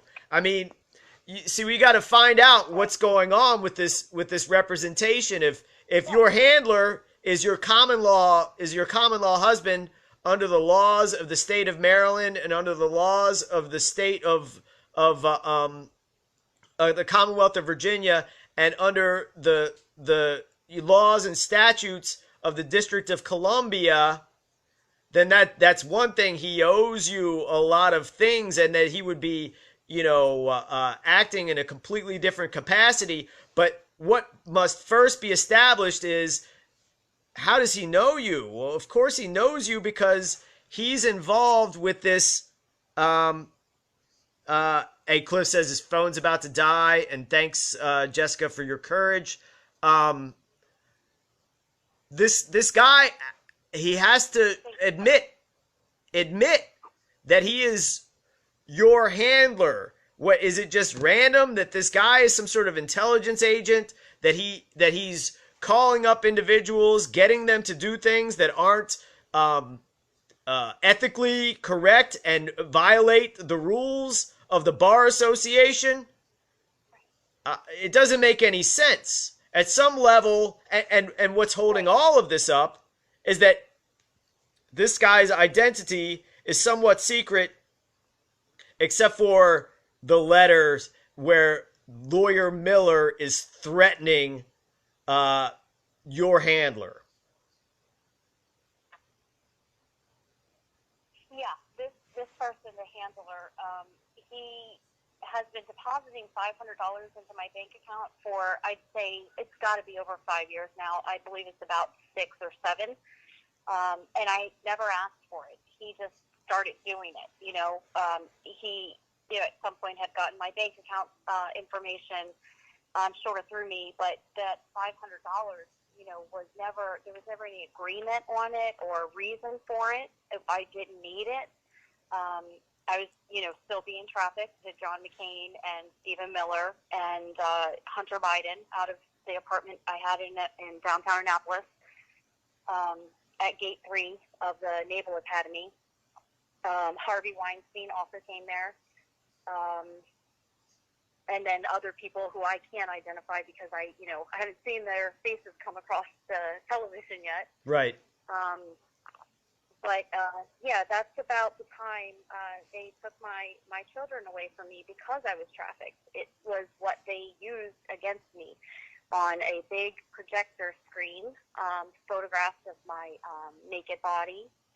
And that was their closing, argument was that, she is involved in this activity and it's not safe for the kids. We need to take them. And so they did that and then, destroyed their lives systematically. Sterilized my daughter. She was gang raped in the Catholic Charities facility, assaulted multiple times, ended up in the emergency room with a head concussion. That girl who did that received 2 years in a juvenile facility. My daughter ran away to, save herself. She cut herself severely in protest to going back because she had already been raped once. And, the owner of the facility that receives the children first before they're trafficked into the Catholic Charities facility, lost his license to practice medicine in Pennsylvania because of the atrocities that occurred in his facility there. So Governor Larry Hogan brought him into Maryland, into Baltimore, to be the czar of the opioid epidemic there, and Right. lead the medical. And his name is Fishman. His name is Fishman. The perfect person you're referencing, who lost his license in Pennsylvania and then was brought in to run operations at Catholic Charities and to run and be the opioid czar. Go ahead. Sorry. Yeah, it was his son. Yeah, they put it in his son's name. And Fishman. his son took over because his dad lost his license. Mark with a C, M-A-R-C, Jacob Fishman. Mark Jacob Fishman. Yes. So he is extremely important in all of this trafficking, all of this human experimentation, these MK Ultra operations with their handlers, like Jessica's handler. This guy Fishman and his son, Mark Jacob Fishman, and the governor of Maryland, they're all involved. Like, there's not anybody in any level of any government that doesn't know this stuff goes on. It's in plain sight. It happens everywhere. We report on this sort of activity every week on the Militia Intelligence Report. Every week. There's something going on in Newport News, Virginia right now. Or no, excuse me, not Newport News. New Kent, at a facility with similar things. A facility for children where there's systematic rape and other atrocities being carried out. So this is not an isolated incident, but it is a very significant incident. So yes, go on, or we can redirect whatever you wish, Jess. Yeah, I'm not really sure where to go. Okay. With the information, what I can provide.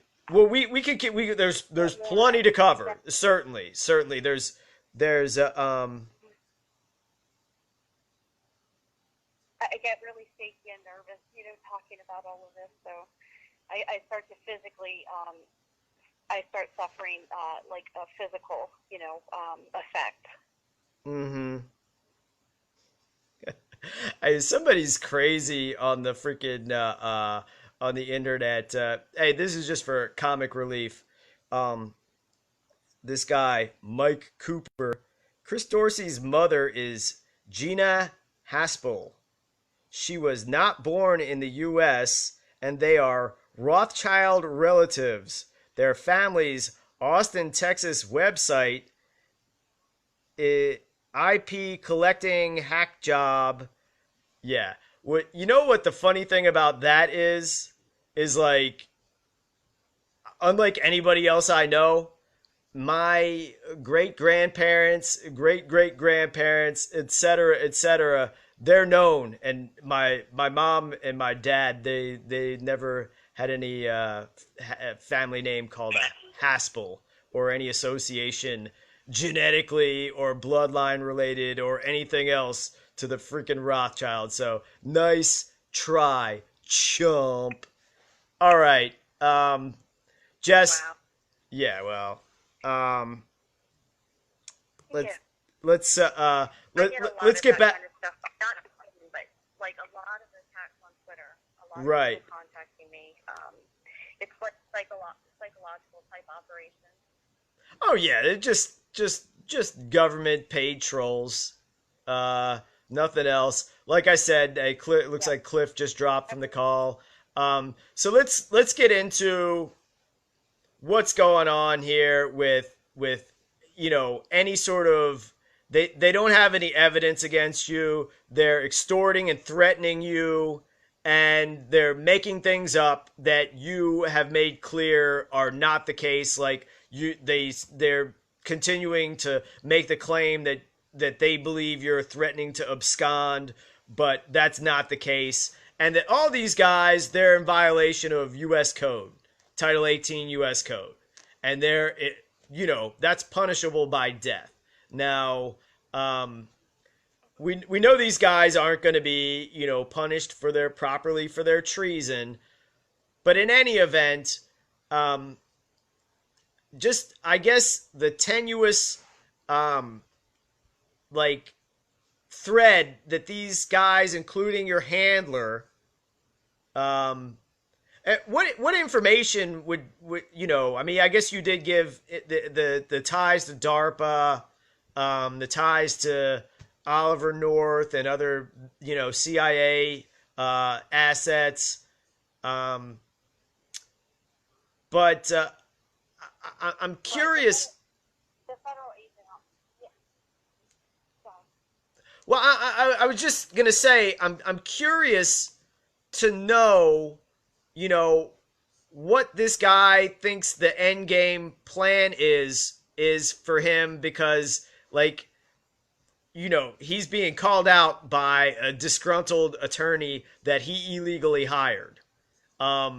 So I mean, whenever they do this, Jess, and this is one of the purposes why we're doing this program, because we haven't even mentioned, these guys who claim that they're, common law wizards and geniuses that take money from people and basically just scam them, like Carl Lentz or some of the others. Yeah. Carl Lentz is a total scammer. Don't buy his stuff. Some of his information makes sense, but he will just steal your money. And the way he says that he scams the government, that's how he scams his clients once he gets their money. So he's constantly, I'm on the phone with my sister. I'm talking to Baldwin. Baldwin got your information. I didn't get it. I'll call you right back. This phone's about to die. Call me back on this number. Like all the same tricks that he brags about allegedly doing to the government. The only proof that we have that he does that to anyone is after he gets their money. So you're a chump, Carl. Yeah. Wells Fargo agreed with me that I was scammed by Carl Lentz, and they returned the money to me. Right. Okay. So Carl Lentz is a lying sack of garbage, and he probably doesn't care. He probably, makes as much money as he wishes to make by scamming folks. Probably. I mean, that's what there is evidence of him doing that. To Jessica, he did that. Right. I've followed along enough with the story to have verified that is the case. So I am very confident that the public has seen evidence of Jessica's claims. The public has seen it. I've seen it. I've seen even more than the public has seen.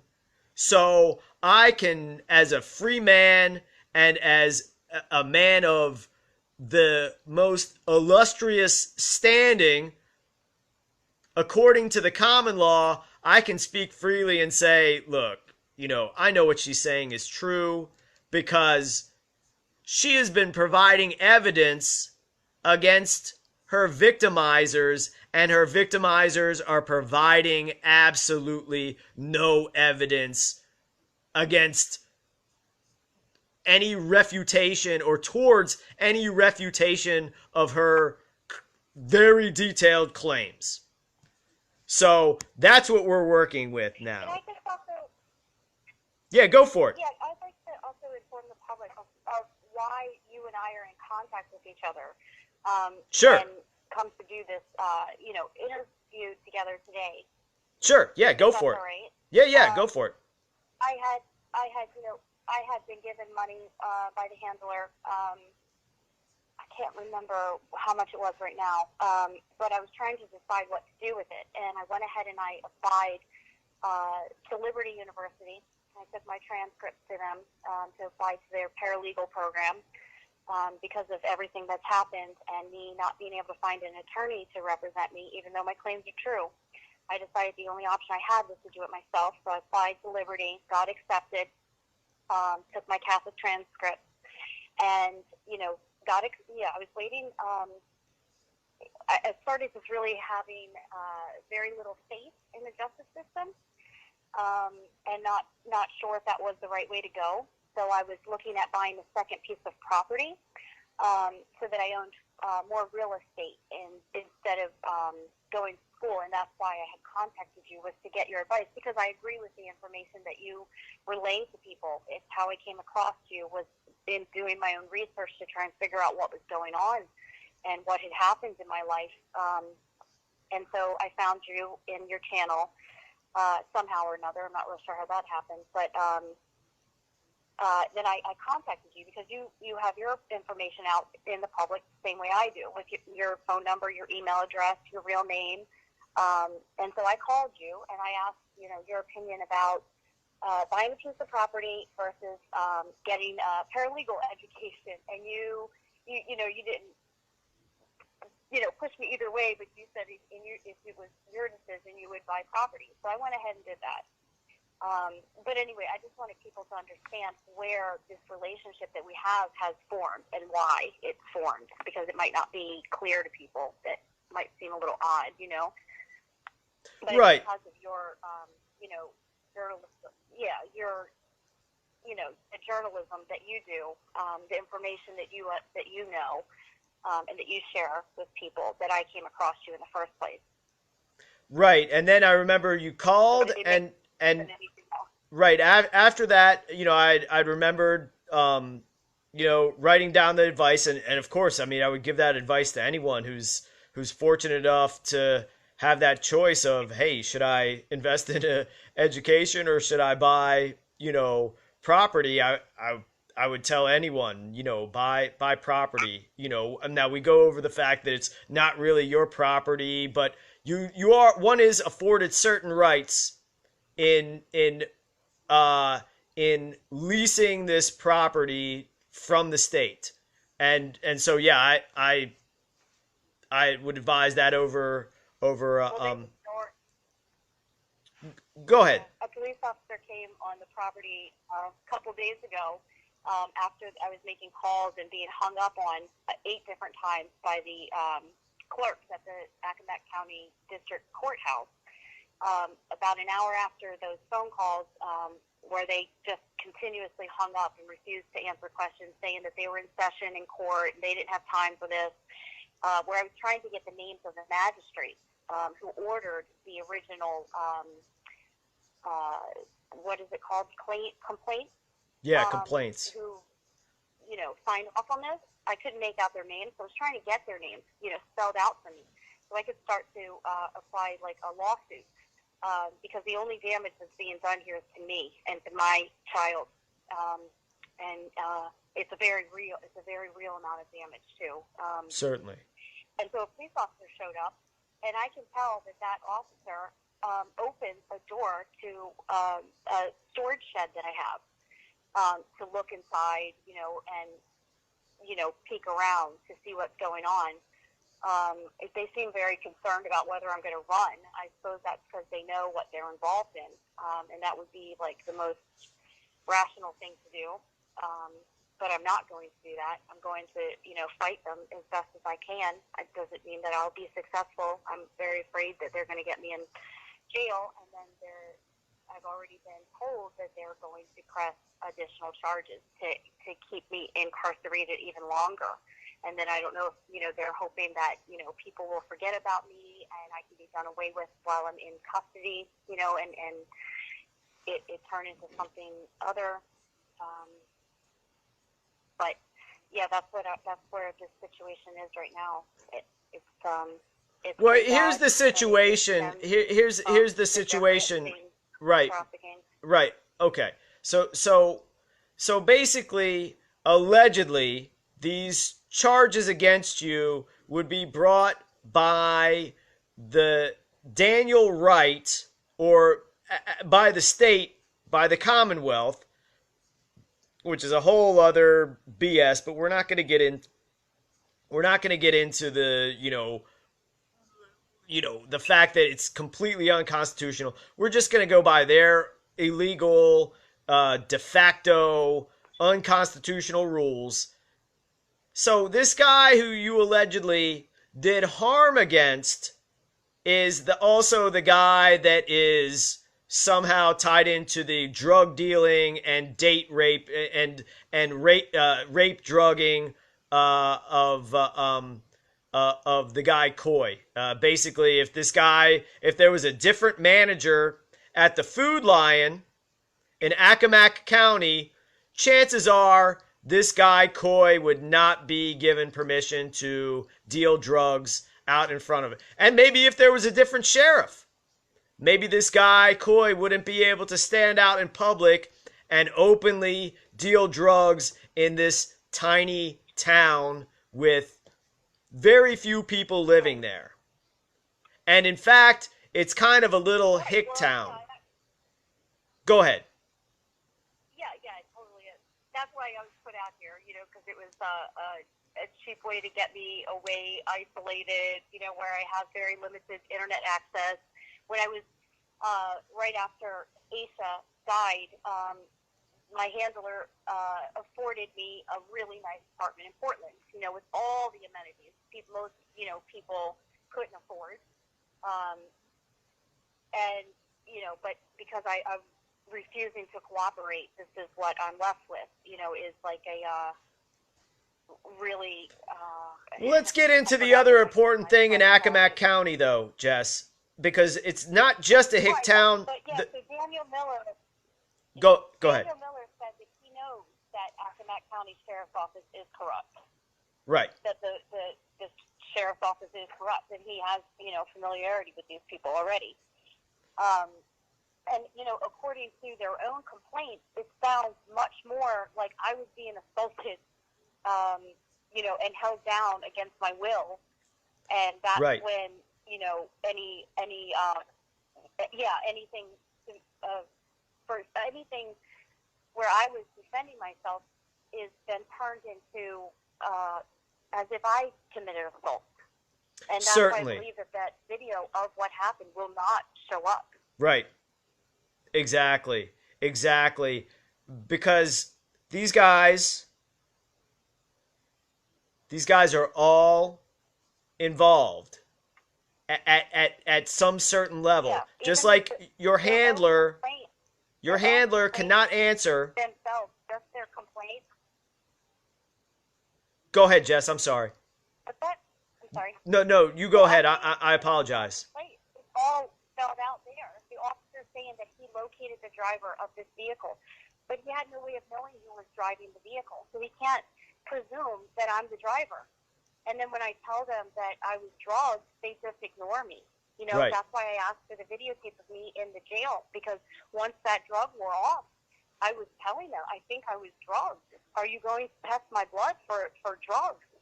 And they said, yes, we'll test your blood for drugs. And I was told by Attorney Daniel Miller, no, they're not going to test it for those type of drugs. Right. And to go over this again, and to be precise and exact, he also stated that the drugs most commonly used for knocking somebody out, Rohypnol, stays in the system less than 24 hours. Right. He said that it would dissipate quickly. And I contacted a second attorney who said the same exact thing. He used to be a prosecutor in some area of Virginia. Right, but I'll tell you something's been in the news lately, and that's these high school girls, and this is all over the internet, that have invented a straw that tests for Rohypnol and the other most commonly used quote-unquote rape drugs. And when one looks up how long Rohypnol stays in the system, it's listed on the internet as 5 days, which completely contradicts these guys. And it just sounds to me, having a lot of experience, it just seems like it's one of these lies that doesn't have to be good. It just has to get in the way of telling the truth. Doesn't matter what they say. oh, we're not going to test for that. Why? It just Right. doesn't stay in your system. Because Right. Which isn't true. before I started questioning everything, I would have just taken that as truth. You know, and when my handler says, well, you can't bring in Jeffrey Epstein into this case, and they have nothing to do with each other, I would typically just believe him, but I'm having to fight back and try and, you know, assert myself and to say, no, it does have something to do with it. And, you know, I don't know what's going to come of it all. Well, I certainly... I'm hoping that people will pay. I certainly believe that it has something to Jeffrey Epstein and all the other individuals and institutions we've been discussing so far tonight have something to do with this case. But in any event, if we put all that aside, what do we have? Just indulge me for just a brief second. We have a drug dealer rape drugging you, and then the individuals who are complicit in this drug dealer's activity, Daniel Wright, the manager of the Accomack County Food Lion, and the police who see this lowlife degenerate known to the town as Coy dealing drugs, and they are either benefiting in some way or not doing their due diligence in protecting the public or their customers from this guy who is going around committing severe crimes. Drugging and raping people is a severe crime. That in every instance, in any sort of institution that can be taken seriously, when that accusation, which is, I mean, you're not making up the fact that this guy's a drug dealer. You're not making that up. Everybody in the town knows it. No, or that I. Right. So everybody knows that this guy's a drug dealer. And what? They charge you with a DUI despite the fact that they didn't see you driving a car and the first thing you said was, I've been drugged. Yeah, as soon as it wore off and I was able to, you know. Right. And yeah, removing the drugging, which you can't, there is absolutely no evidence to show that you were driving under the influence of anything.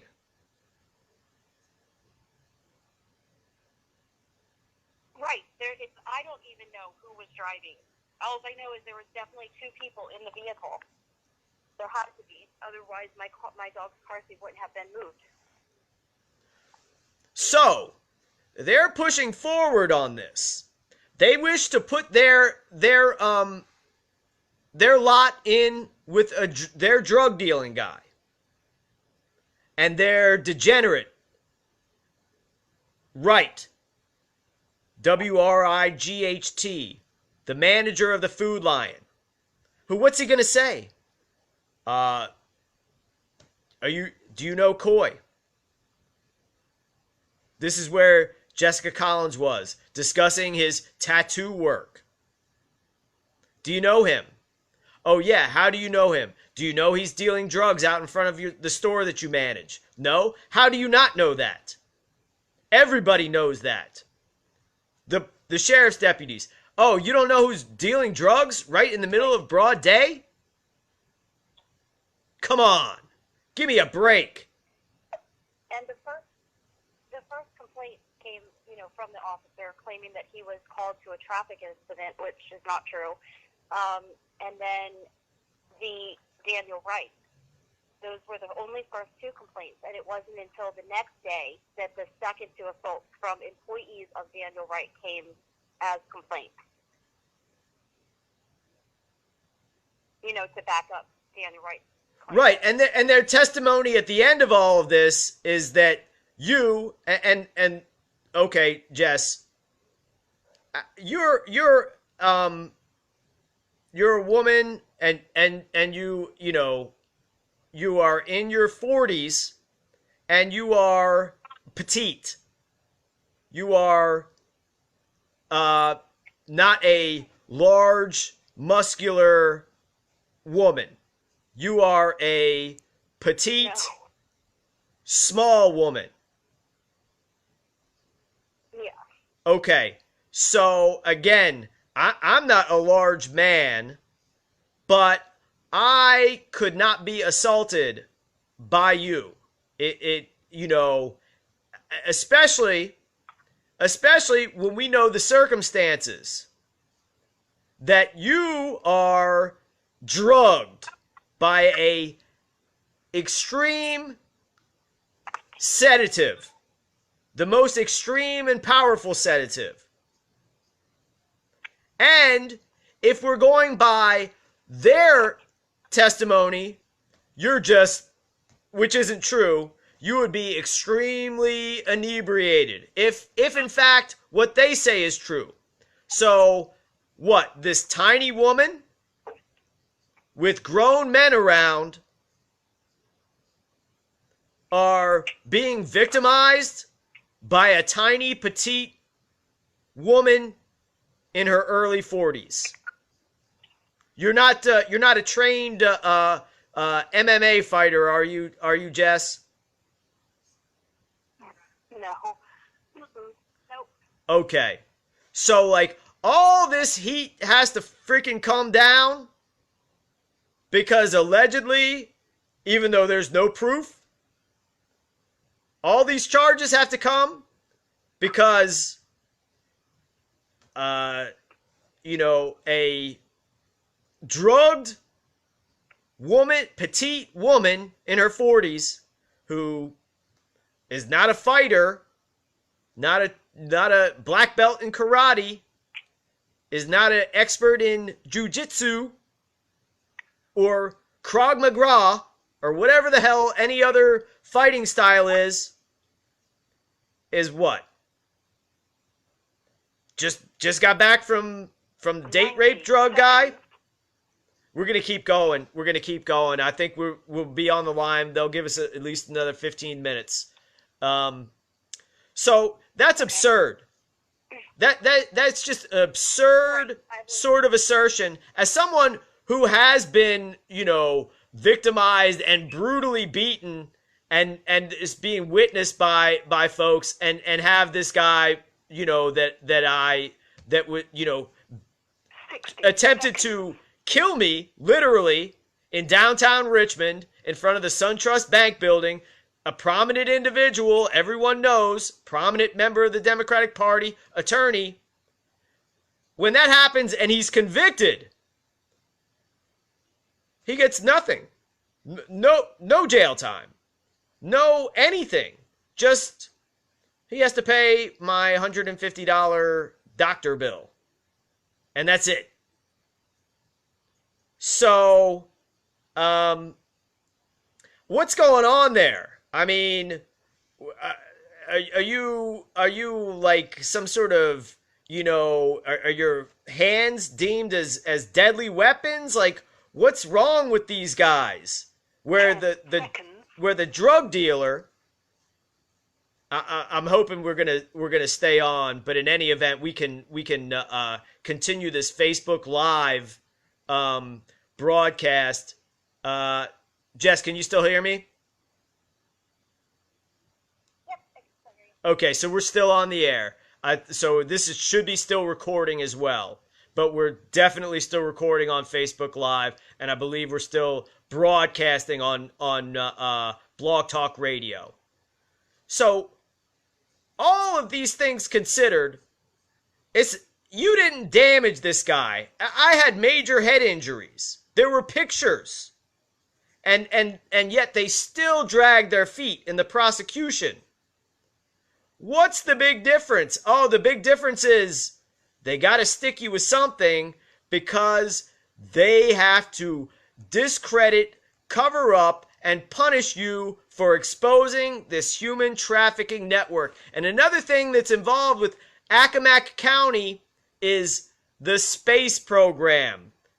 DARPA, NASA, and I believe, most importantly, Northrop Grumman. what are your thoughts on that, Jess? Yeah, that's true. And Lockheed Martin is also in the area, and BAE, another intelligence. Yeah, defense company. contractor, BAE. Yeah, all of them. Okay, yeah. My handler came here to visit and pointed them out to me and told me that's odd that they'd be in this area, but they are. Oh, he's taking the piss out of you, Jess. He's having a laugh. He's joking with you because that's why he stuck you there. One of the reasons he stuck you there. Yeah. Because of all the military intelligence on that island. Yeah, they have me in. Yeah, I was ready to move before summer. I've been talking to the Virginia Department of Corrections about the federal agent and when he was going to be released, since he's threatened my life and had people move in directly next to me. And so now, they've gotten me stuck in a situation where my life is in danger over these charges that are fraudulent, just flat out fraudulent. The evidence, to support my claims isn't being investigated, and it would show the truth is that I was drugged, I was assaulted, And you know what the funny thing is? The funny thing is that in order to bring the evidence against you, they would also have to question that guy Coy, because he was the last person to see you before all these things happened. Hey, your vehicle is on this guy's property. Right. Your vehicle is on this guy's property. How did it get there? What was going on? Did you drug her? I mean, give me a break. Give me a break. But again, we all know these things. These guys are watching this stuff happen. I mean, every element of this. I mean, this reminds me of, it's no different in the city of Richmond. When I was hanging out in Gilpin Court with a former gang leader that I used to do political activism with. And I basically, he was dying of AIDS, and he was like a hitman and a drug gang leader, and he used to tell everyone that I was the leader of the street gang called the Cockroaches. But in any event, getting to the point, the police every day and every night would sit there watching this 24-hour-a-day, 7-day-a-week drug operation. They would see all the drugs coming in the morning, and all the drugs getting taken out every time that there was a re-up. Now, they're running this guy Coy, and when I say they, the intelligence agencies and the police. He's protected. What better place is there to deal drugs other than the local parking lot / sidewalk of the grocery store? There's nothing else in that town, is there, besides BAE, NASA, Lockheed Martin, Northrop Grumman? Yeah, Food Lion and Walmart. Yeah, it's obvious what's going on in the parking lot. Yeah, it's obvious. Yeah, that's true. And it's going on in the Food Lion. Yeah, there's always people sitting out there in their cars. Right. In a certain area, always young people. Yeah. Getting drugs. For something all the time. From Coy and others. Or just Coy. Yeah. Right. It went over my head before this incident, but yeah, what's going on there. Right. So, I've seen a lot of this over the years. I can't prove that those people dealing drugs have anything to do with Jeffrey Epstein. That's what my handler keeps telling me. I can't prove that it has anything to do with it. Does. You don't have to, though. That's, what he says is inconsequential, because the only thing that this handler needs to be asked is, how do you know Jessica Collins? And that's a question he cannot properly answer. Why are you acting as power of attorney for Jessica Collins? Are you, in fact, in a relationship that is akin to a... Right. these are questions for your handler, but for any legitimate investigator. And his name's out there, according to, I mean, this guy, this attorney Miller is explicitly putting his name out there. So those are the questions. How do you know Jessica Collins? Why did you stick her surrounded by Northrop Grumman, BAE, Lockheed Martin, and what, why are you acting as a power of attorney and or common law husband to Jessica Collins? And are you the common law husband of Jessica Collins? Is that the case? Because the relationship seems that way, i.e., and it's either common law husband or human trafficking. It's one or the other. And are we now saying that human... Well, it's human trafficking. If you ask me, it's human trafficking because Right. It's all against my will. Well, I was not be married to this person in any... Certainly. I was getting ready to go into that aspect of what I'm saying. And are human traffickers now acting as common law husbands? Because I'm wondering what the law is, because he's giving you money and he's having, cohabitual relationships over the decades, including husbandly and wifely interactions. So what is it? I mean, I guess that's all I had to get out there. I'm not asking you. I'm knowing what I know about this story, knowing what the public knows about this story. And you can just find this at Jessica Collins. Just look up Jessica Collins on Twitter, Jessica Collins on YouTube. You'll see the whole story. There's lots of videos. There's lots of evidence. There's recordings that have been seen by over 1,000 people, just put up yesterday, of some of the things that we're talking about on the air today. It's recorded and it's out there in the public. Yeah. So you can find this out yourself. I'm just wondering, I mean, what do they think? Everybody's a dummy? They think everybody's a stoopy head? I mean, it boils down to that. So what this individual is saying is just like, I don't know, like if a child, doesn't want to get caught, stealing cookies, and they go like, don't look at the cookie jar because you're not going to be able to prove that it was me that stole the cookies from the cookie jar.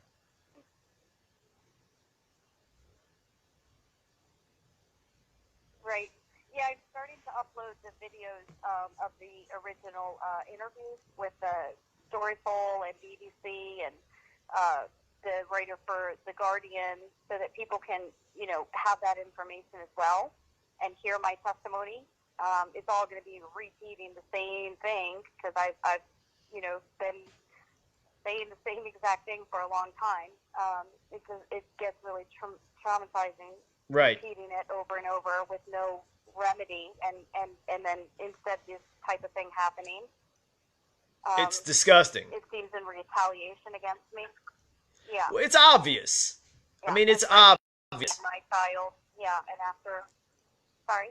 It's obvious, and the good thing that must be known to the entire public is, in order to get rid of these charges, in order for these charges to go away, and in order for you to be able to sue them and bring charges and sanctions to come from the Bar Association and investigations massively to come from the Bar Association, you don't have to prove or do anything associating this with Jeffrey Epstein, even though that's obviously what's behind it.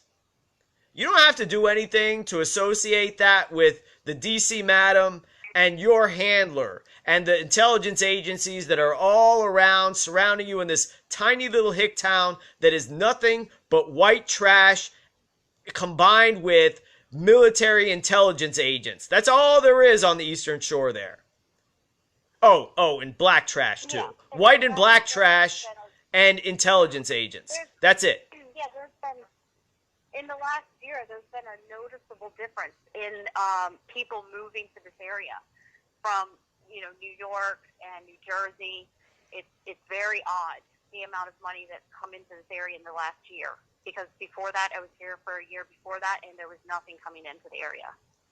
It was all dilapidated, abandoned, the same old for a year. And then about a year later, there's been a flood of money. Absolutely. So there we have it. It's pretty. Everybody's driving brand new cars. Yeah, it's something's behind that. Right. I mean, they're making moves, and this is part of the moves that they have to make. They have to cover this up. That that's what they do. That's what a limited hangout consists of. The public knows about the Mossad, human trafficking and rape and blackmail operation. So they put out the cover stories and they hide the real stories. But hey, it's not hidden here. Right. And I'm trying to counter. Yeah, I'm sorry. Yeah, that's what I'm trying to counter. Yeah, with your help, and I appreciate it a lot. Because my life really is on the line. It's very real. Absolutely. That's actually what's happening here. Absolutely. And there's no refutation. They got nothing to say except for make false accusations against you. And then the folks who are against you the most and pretending to be on your side are just playing the good cop role. So that's what's going on. I mean, it's pretty obvious to anyone who can, function as a competent human being. So we're getting, actually we're even a little over the 2 hours that we normally run the broadcast for. I'm certain I'm remiss in covering important details. So I'd like to do what we can to maybe tie up any loose ends before we end the broadcast and get everything out that we can think of. So Jess, any thoughts as far as that goes as we're kind of winding down this broadcast? I'm pretty depleted of energy after everything, and Certainly. On to this point where I need where I need to go on air in public just to try and uncover or show what's happening to me. Right. So yeah, it really gets exhausting. It's been this way for a really long time of trying to expose the same thing, and they're just compounding the issues. So I stay on Twitter a lot to make the information public, like the current things that are happening and things that have happened in the past. And so I have my name spelled out there fully. It's Jessica Lee, which is Leigh Collins, and it's at MIDNITEMJ. So people can, get in contact with me or know what's going on currently if they're interested to find out. And then I also set up a website recently to try and get, secure the evidence there in the public realm. I've paid for it for 3 years. Because I had a really bad feeling that something like this was going to happen. I just definitely didn't see it coming this way, and it came. I thought something like it would happen, and it just, caught me off guard, even though I saw it coming. So I secured that website for 3 years just in case something like this happened. So all that, different evidence that I have of the trafficking site where I was trafficked from the Ed Norris incident of him moving me from Catholic University to Maryland College Park. Mm-hmm. And then, other things like my college transcripts to show I was a student at Catholic University. They erased a lot of the stuff, and they've hacked my computers. That's been one major problem, was after I went to True News, everything was hacked. And so it took me about 3 months to recover from hacking. I recover all the accounts, and there was lost evidence. My property was also, broken into 2 different times, and evidence physically stolen that substantiated the relationship with the federal agent from 2002, and in relation to the people who are living behind me right now. So anyway, that's all I wanted to say is that, if people want to keep updated on this case related to Jeffrey Epstein and the D.C. Madam, and they can go and look for that those outlets there and know what's going on and contact me directly. Mm-hmm. And one of the last things you made public was like a text conversation between you and your handler. Is that correct? Okay. Yeah, they seem to be concerned about me moving my evidence off this property. I want to secure it in a better location where it's not able to be tampered with or stolen again. Mm-hmm. And so the best thing I think to do is to move it to a storage facility where there's cameras.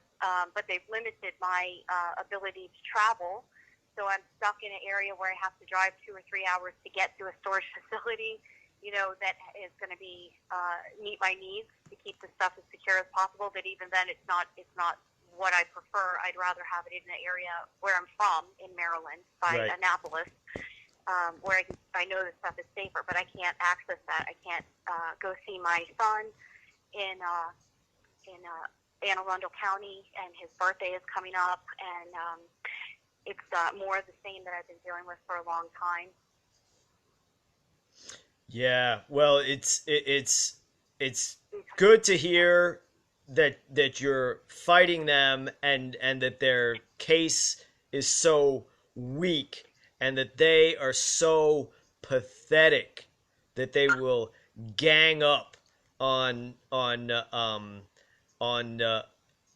individuals that they have no business ganging up on, and that it's turned back around on them. They're evil to the core, and they have absolutely no legal standing in any of their actions. So yeah, I mean they're pathetic, and now they've been exposed, and you've been exposing them before tonight's broadcast, and this is just another outlet for you to expose this in real time. It's live. They can't hack it now because it's already been seen live. It's already out there. No matter how many folks watched it, enough to say like, wow, this is some really substantial information. So whether it's 24 people or 200,000 people, like you've reached in some of your videos, it doesn't matter. It's all true, and the story still stays the same. And these individuals who are paying attention are hearing their names on live broadcasts. Hey, they said that they're monitoring, so now they're being made famous. Like any names that you wanna add into the case. I guess the clerk of the court, somebody can just look up Accomack County Clerk of the Court and find out who we're talking about, and they could probably see a picture of this person and really know what kind of individual we're dealing with. One that has no standing. Francina, I believe, Chisholm. What? Francina. Francina. I think it's Francina. Francina Chisholm. Francina Chisholm. Okay. And then Gordon Vincent is the acting judge. Mm-hmm. and Elizabeth Wolf is the district attorney, Commonwealth district attorney. Right. So they're all in on this. They know that you had your representation came against your will, that this guy was doing the opposite of defending you. They know that they have no evidence. They have no evidence, and they also know that they're not complying with the Brady Doctrine, even with their own, you know, Right. unconstitutional protocol and statutes. And that. Right. And Go ahead, Jess. I was gonna have one person's name. Stephen Miller has gotten in touch with me again since this happened, by email under his assumed, false identity. Yeah, tell everybody what his false identity Buddy name up is with again. Stephen Miller. Tell everybody. Jonathan. He goes by Jonathan Marvel. When he's, participating in sex trafficking. Mm-hmm. So Stephen Miller is also known as Jonathan Marvel in the sex trafficking operation. Mm-hmm. Go ahead, Jess. I'm sorry. I just wanted to get that out there. Well, I imagine that might be the last time he contacts me, but I'm done playing their games. I don't have any more tolerance for it. I put my life on the line for exposing them, and I'm done playing their games. And so, yeah, I just wanted that to be known as well, that he's contacted me since this case was brought against me. Anything more you'd like to add about that contact? I'm sorry? Do you want to just leave it at that, or is there anything you wish to add to about the contact? Oh. Well, no, I was just saying, like, he's claiming that he cares about me, but that, he's too busy and he'd really like to see me again soon. And he knows everything, that I've been through, and I've told him about. He's just, he's, I don't know, acting very similar to my handler. Mm-hmm. Well, I mean, trying to same training, on, same psychological manipulation training, et cetera, et cetera. Yeah. Yeah, because it just doesn't make sense for somebody to write and say, I care about what's going on with you. I realize that your life is in danger, but I got to go on vacation. Yeah. Yep. That's mockery. Jess. It's disgusting, but. Yeah. Who didn't know this guy was disgusting? All right, Jess. Well, it's great testimony. We'll continue this anytime you wish. I mean, all the stuff about the coronavirus and all the other, Democratic primaries. We told you all about that. You can check out Militia Intelligence Report number 2 and watch about 5 minutes worth of video and get more information than the thousands of hours you're watching all the other shills on YouTube. So we'll just leave it at that. We're aware of what's going on. We're watching it, but this is taking precedence right now, and at least for this format of our communications. And made a successful testimony. This is a acting common law court. This is the highest court, and it's public. Unlike the kangaroo courts of Virginia, where they don't allow the public to see anything that goes on. Everything's behind the scenes, behind closed doors.